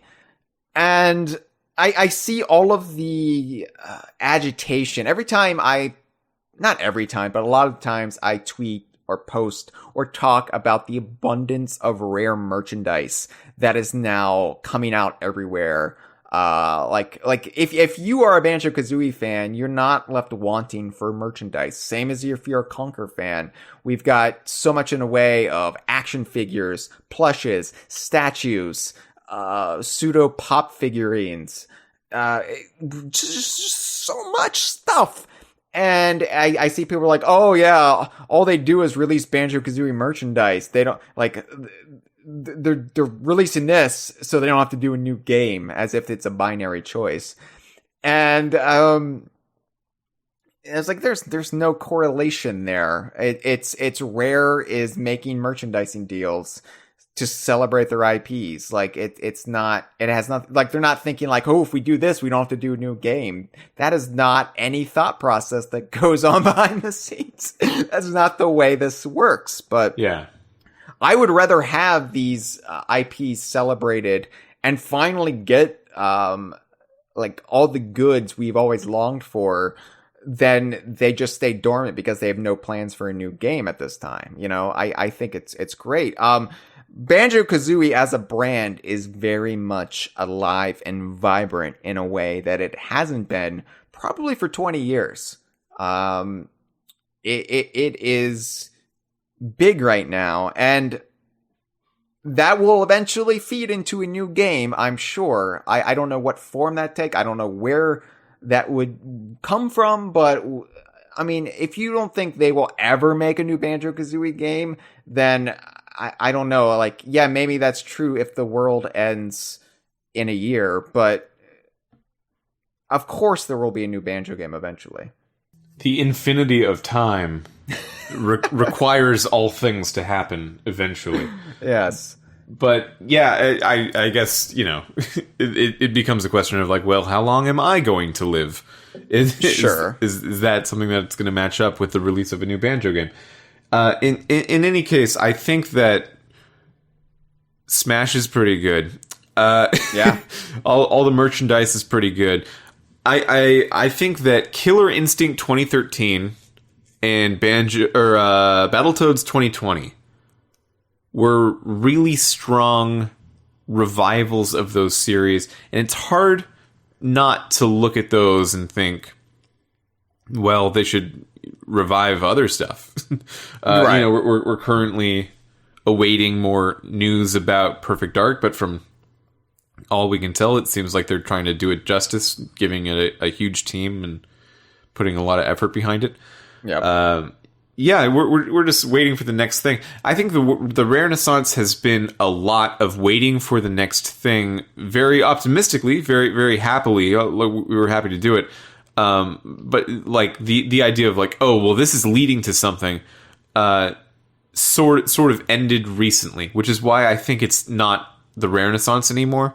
Like now we're just sort of living in what is current. It's been a shift in perspective, I suppose. It has, yes. It's been getting the pieces back into place for the next era. If that, like, stuff like getting K. Rool back, getting Banjo and Kazooie, even the notion of this shared connection between Banjo, Kazooie, and Donkey Kong has been reestablished in a way. And so we got that back. We've got all of these pieces in place. up to and including all of the Donkey Kong rumors that have been raging for over a year, less than a year if you just take into account, outside the DK Vine bubble. But we know there's good stuff in the works for Donkey Kong, including that theme park, which has been officially announced, which is no longer just the rumor mill. It is actually, no, they've announced it. It's happening. But I think definitely whenever we get more concrete Donkey Kong news, that will be the shift where we're like, okay, we're in this next era now where we know what the future of Donkey Kong is going to look like, and maybe more stability for Donkey Kong than has existed in 20 years since the buyout.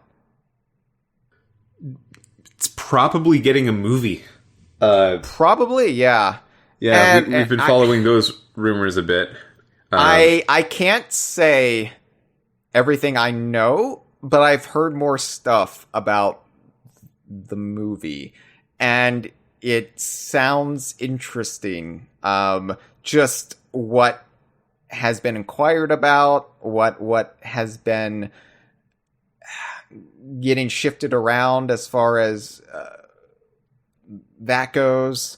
Well, regardless of how that goes, there's definitely Donkey Kong and Cranky Kong in the Mario movie. In the Mario this movie, year. right? Yeah. So there will be Donkey Kong on the big screen soon enough. Or on your tiny television when you stream it, if we're still afraid to go into movie theaters. Which I'm cautiously optimistic about the Super Mario movie. Like, I don't think it's going to please me 100%. But I'm going to try to detach my emotions from it as I would in the past. I'm not going to go in there ready to hate it. I'm going to just view it as what it is, a product. And we'll see what happens. But it's going to be a trip seeing Cranky Kong on the big screen. Yeah. Voiced by Fred Armisen. I mean, just imagining fan. the sound of Fred Armisen's Cranky Kong has been a delightful pastime for the last few months for me. I can't imagine what he's going to go with. He's going to go with something really strange. Yeah. But, I mean, we could even be here talking about Cranky Kong being voiced by Fred Armisen and be talking about a Donkey Kong theme park, or, a Donkey Kong add-on, an expansion pack, if you want, full of Donkey Kong references, and we know something is in the works game-wise, and it's probably going to be the, concrete direction of Donkey Kong going forward. And I don't know, so many exciting things, and that K. Rool is back, that, the legacy of Rare and Donkey Kong seems to be more shored up than it even was during the Returns era.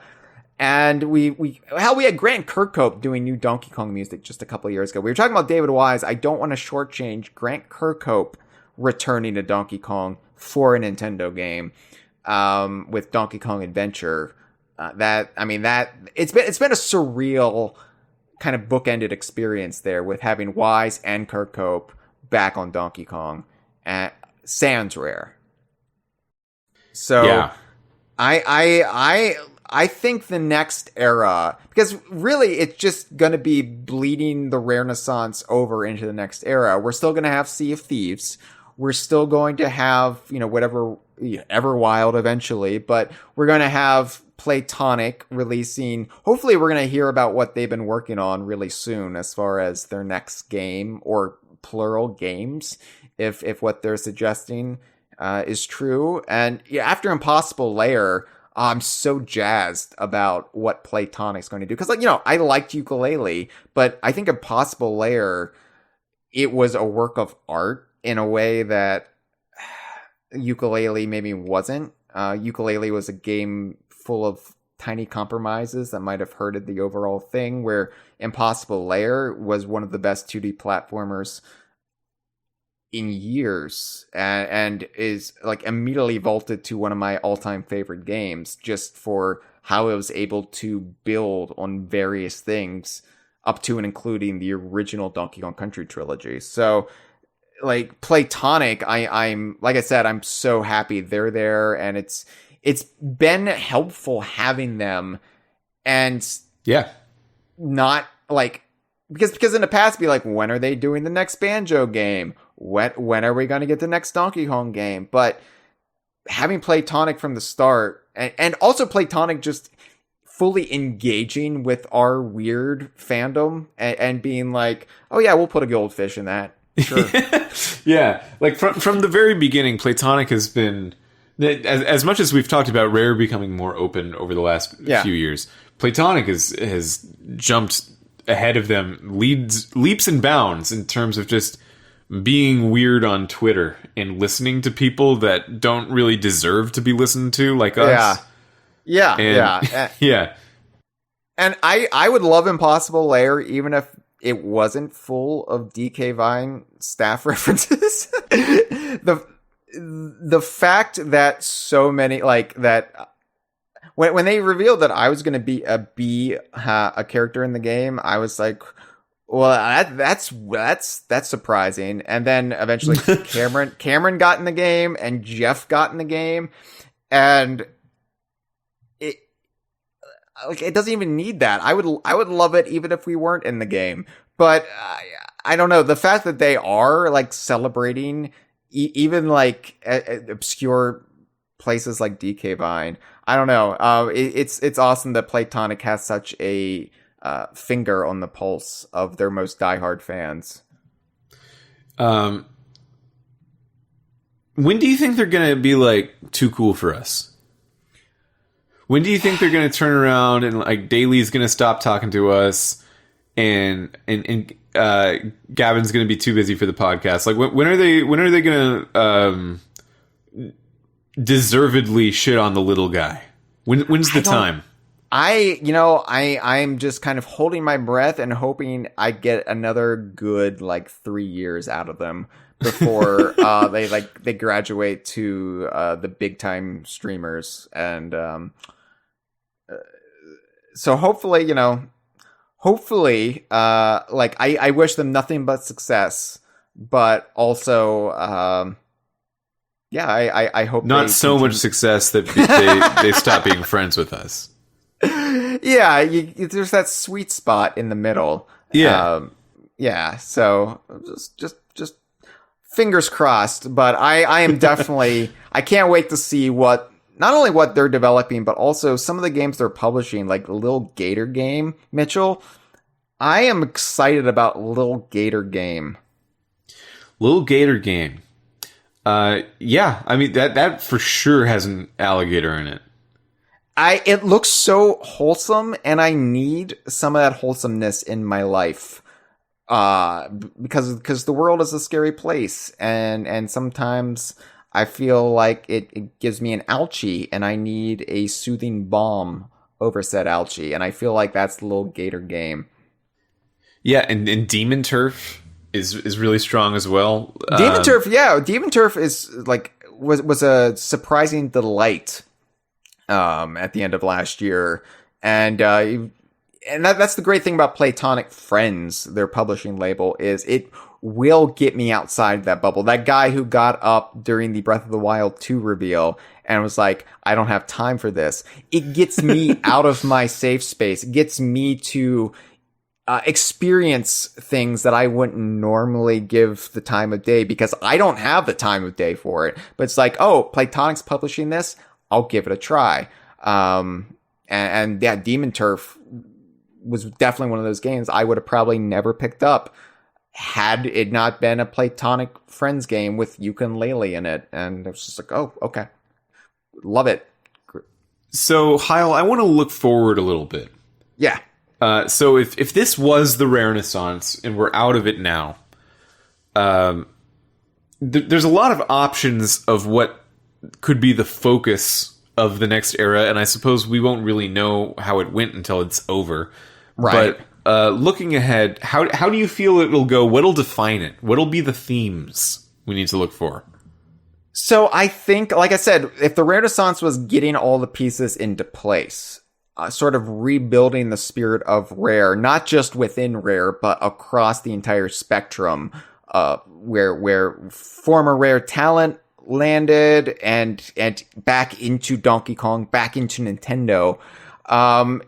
Then I really think the next era will be sort of, and I'm not going to coin it right now because I don't know, but like, I feel like if all things go according to plan, if all things sort of play out like I'm hoping they will, it will be the DKU victorious era where just we're essentially back where we would have been after the spin-off era had the buyout era never happened.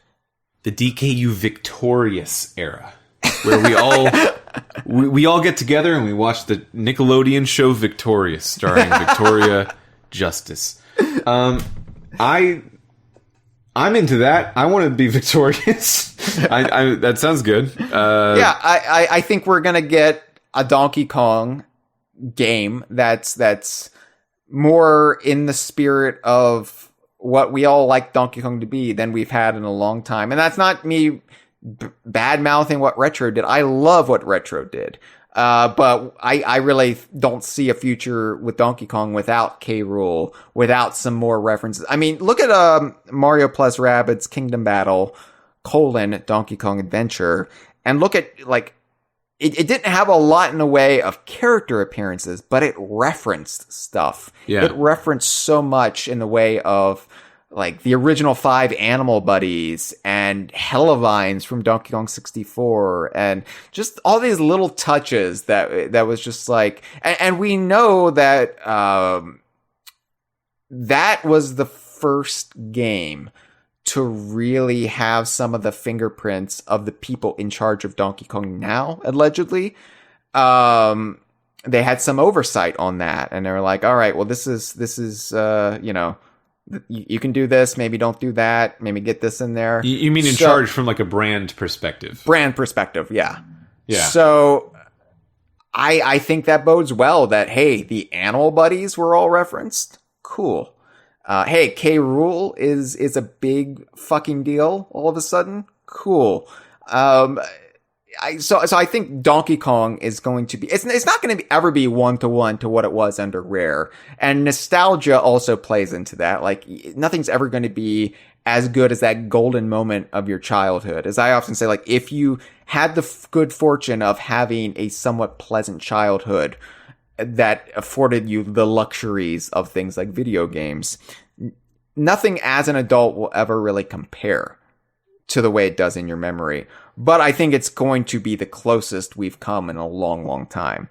And I think Rare is going to continue to thrive. They're going to continue to spin out some of their classic IPs into new games developed with other studios' input and help or overall direction, and that will eventually get us to Banjo and Kazooie. Conquer, I don't know about. Like, I feel like we had a Conquer revival. We had 2 Conquer revivals. I'm kind of fine in the on Rarenaissance. Conquer, if I can be honest. I wonder if Conquer just doesn't have any more tails at the moment. You got a couple shots, and they didn't go well, and it's not really Conquer the brand's fault for them not going well. They were both very strange, very one-off kinds of things. Sorry, if you don't know what we're talking about Young Conquer, which was a HoloLens game on the Microsoft HoloLens. And we are also talking about Conker's Big Reunion, which was both a single player like episode of Conker and also a content pack for Project Spark, which was a lot like Dreams, the PlayStation game, but no, it's like a lot like Dreams. That's what it is. Yeah. Unfortunately, it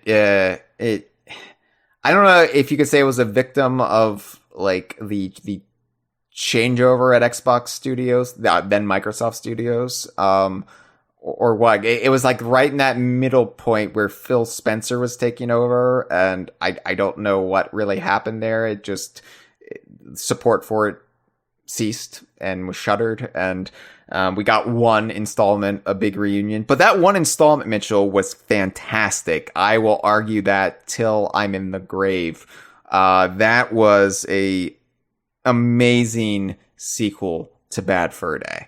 That little chapter we got, that little slice of Conquer 10 years later, terrific. But yeah, I mean, I think you're still going to have Conquer celebrated, even if there are no big games left to tell. Like, Conquer will still be part of the language, will still be part of the tapestry of the DKU. I realize I'm saying tapestry a lot, and I'm sorry. It's a good word. Yeah, I didn't set out to say it a dozen times in this episode. It just keeps slipping out. Sometimes you just wake up and, get ready for the day and stretch out and think, this is going to be a tapestry day. This is my day for tapestries. Probably because I fell asleep with a quilt in my mouth. I'm sorry. Yeah, I know. I agree with you. I think that Banjo's future will happen. It'll depend on the team that is making that game having a good pitch at the right time. Yeah. And, who's to say when that's going to be? I certainly haven't heard anything, but I think the idea that it just won't happen would be kind of incredible. Kind of Conquer, stupid. I agree. I don't really know. It seems like we might have actually seen the last of Conquer, at least in the form of a major release. Yeah, I think Conquer might still turn up in things like IDARB. Oh, sure, yeah. I mean, you'll get that forever. That'll happen. But for a major console release, that I say console release as if that means anything anymore. There are no more handheld consoles. They don't make them anymore. And I guess the alternative is a mobile game or a PC. Yeah, no. Maybe they'll revive Tiger Electronics handhelds, and we'll get a Conquer game on that.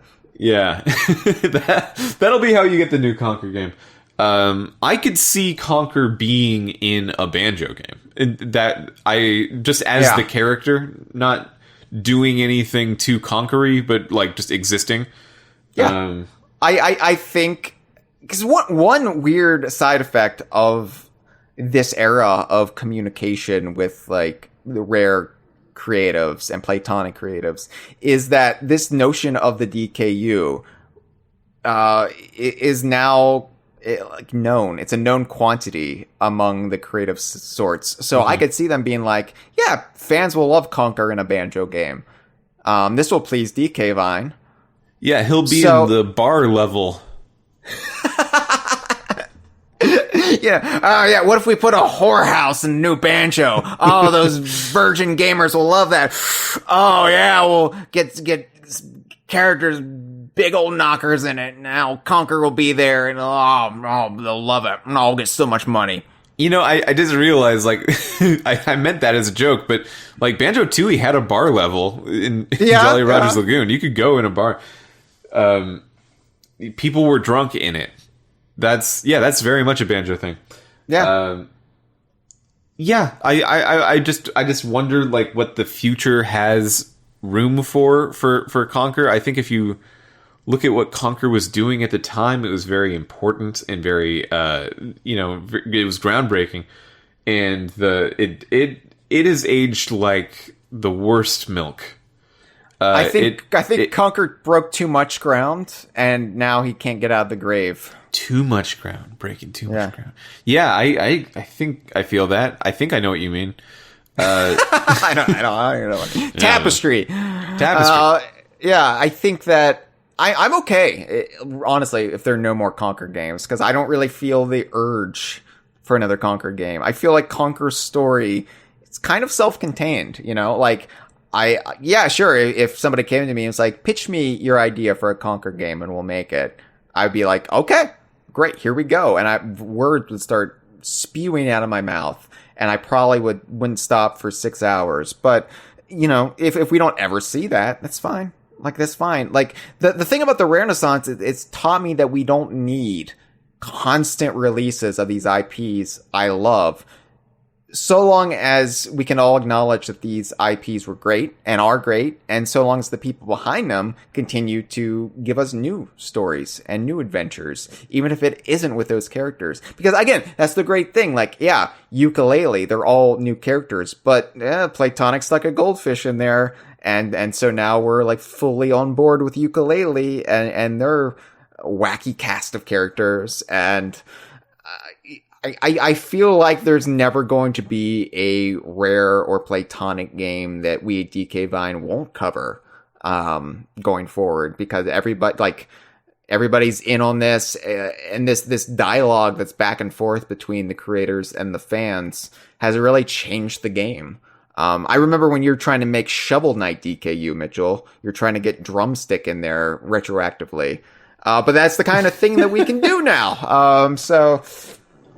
Well, I don't know if that became easier, but no, but it is like I don't know. I feel like the Rarenaissance really did like open things up, and that dividing line between us and them, the creators, is so much thinner than it used to be, and so yeah, we're not agonizing in the dark so much about when a new game is coming out.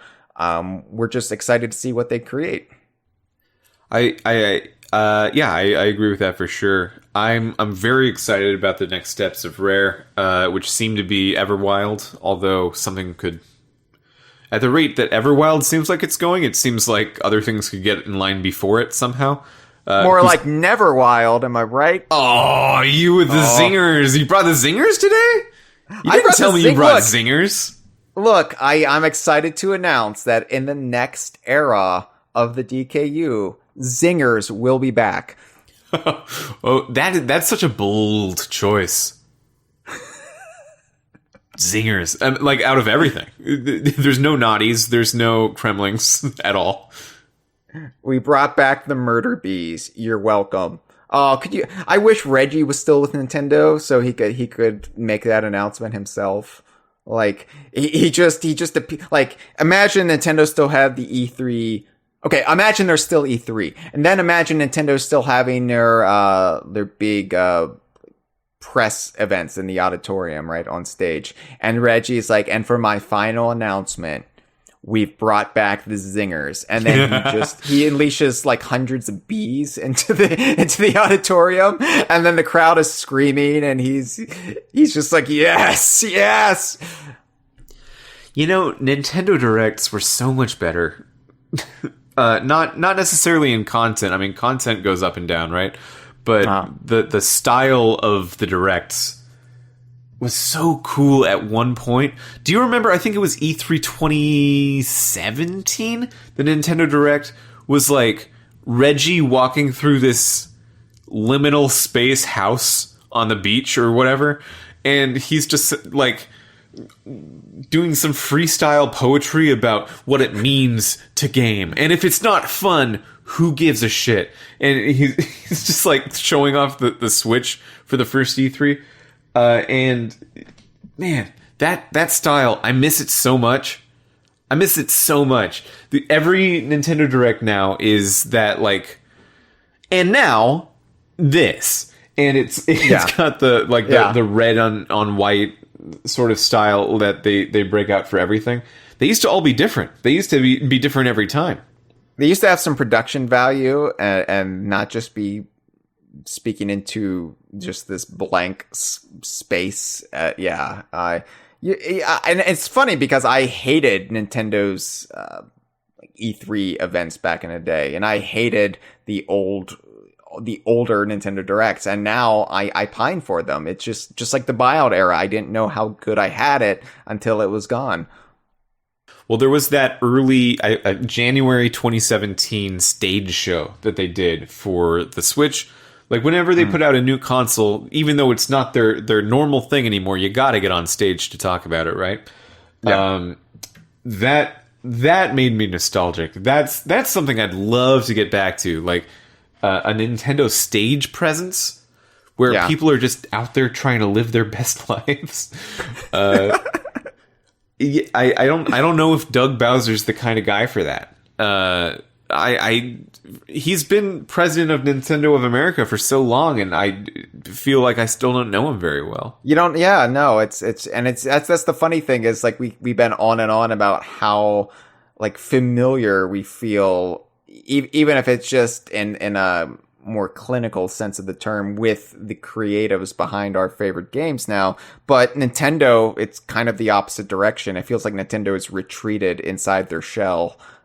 Which is apropos for a man named Doug Bowser to do. But it's like even if it was just the fake corporate familiarity that you had with people like Reggie or Iwata, you still felt like their personalities came through, and you had an idea, even if it was just this manufactured image, you still felt like you knew them. I guess Sakurai is the last person to really project that in these Nintendo Directs. Yeah, whenever Miyamoto shows up, he has that feeling, and Sakurai has that feeling as well. I think Koizumi does to a certain extent as well. He definitely seems to be the person that they're like bringing him out because they realize he has some sort of charm, but still without opportunities to espouse that feeling, we don't have a connection. That Mii Fighter trailer from, I think, 2014's E3, where Iwata and Reggie physically fight each other in order to debut the Mii Fighters for Smash 4. That was amazing. That would never happen now. I don't even know who it would be. I just realized I've never seen like the lower half of most of these people at Nintendo. Like, because I'm just picturing Reggie and Iwata fighting each other, and I'm just like, have I ever seen the legs? I've seen the legs of Doug Bowser once, but I can't remember them because he doesn't show off them gams anymore. Wait, you've seen the Mii Fighter trailer though, right? Yeah. That's what I'm saying though. Like they were fighting, and yeah, I can, when I picture Reggie, I picture his full body, like torso, legs, and all. And I don't know. I don't know Doug Bowser. I don't know the shape of him very well. I don't know the shape of Doug Bowser. Yeah. All right. Well, Mitchell, the Rarenaissance, in the end, I would say the Rarenaissance has been, I think, the most magical era of the DKU for me as an adult, right? Like, because I can't divorce myself from the nostalgia of the classic era or the spin-off era. But, I mean, this is the era where I think the fandom has found its voice, where we've most of us have kind of discovered our true selves and embraced that. And it's really where I think everything about our fandom has reasserted itself, where we kind of took control of the narrative, and it was no longer like, oh yeah, Rare made some games, they were overrated, glad they're no longer with Nintendo, which was the talking point during much of the buyout era into the early aughts. And now it's just like, man, Banjo-Kazooie was a great game. Man, I love Donkey Kong Country 2. Like we have taken control, as is the case with these generational shifts. We've taken control and we've made it acceptable and sort of in vogue again to like the things that we like. So, looking back, like the Rarenaissance has been a magical 8 years as far as, DK Vine and my fandom goes. It's been a kind of a dumpster fire for the rest of the world, but Yeah. Something that I don't think we brought up yet is even though the tone of Nintendo stuff has been, well, we lost those voices that we liked, right? Even though that's happened, we have seen Nintendo take such a big giant leap since 2015. Like they were in a bad place at the beginning of the Rarenaissance, and now Nintendo's the biggest they've like ever been. Yeah, we talk about like the state that Rare was in coming out of the Kinect era. Yeah. And it's easy to forget, hard to remember, that Nintendo, like people were writing eulogies for Nintendo during the Wii U era. I mean, it was so stark, the turnaround that happened with the Switch. Yeah, like that period right before what we're calling the Rarenaissance was bad for Rare. It was bad for Nintendo. It was not like a lot of my favorite stuff previously wasn't doing very well, and that was probably a big reason of why I got really into indie games at that point. Just because everything else, like what even is going on at the period at that time. Which is good. Now some of my favorite games are from that period of like looking in places I would normally have not looked because just nothing is happening. Yeah. But yeah, it feels really nice that like I don't know what the next step is. I don't know what the next big like if Banjo's ever coming back, I don't know who would do it. I don't know what that would look like. We have talked about like the Donkey Kong game rumors. If that game comes out soon, like who knows what that looks like too. But just in general, there's so much potential energy building up right now. Yeah. That like whatever the next thing is, it's going to come hard and fast. Right. Yeah, just like those executives wanted gamers to do at E3. That's a terrible ending. Let's not end there. Okay. I wasn't sure. I've got a sixth sense with this show, Hyle, where I'm like, okay, Hyle wants it to end right now. Yeah, but I don't think it should. No, that's a bad ending. No, I was. Yeah. I guess what you're saying is the Rarenaissance has been 8 years of foreplay, and wow, you're just like pitching endings. Okay, the Rarenaissance is like a taco. And you're really excited to eat it. And then when you finish it, you realize you also got a burrito. That's the best metaphor you could come up with. All right, I'm pulling the ripcord. That's the end. Awesome. Great. Cool. Yeah. Good episode, Hyle. What a weird energy. Sometimes you're going to get it. You don't know what energy you're going to always have going into these. This has been a File 2 production. Que rico.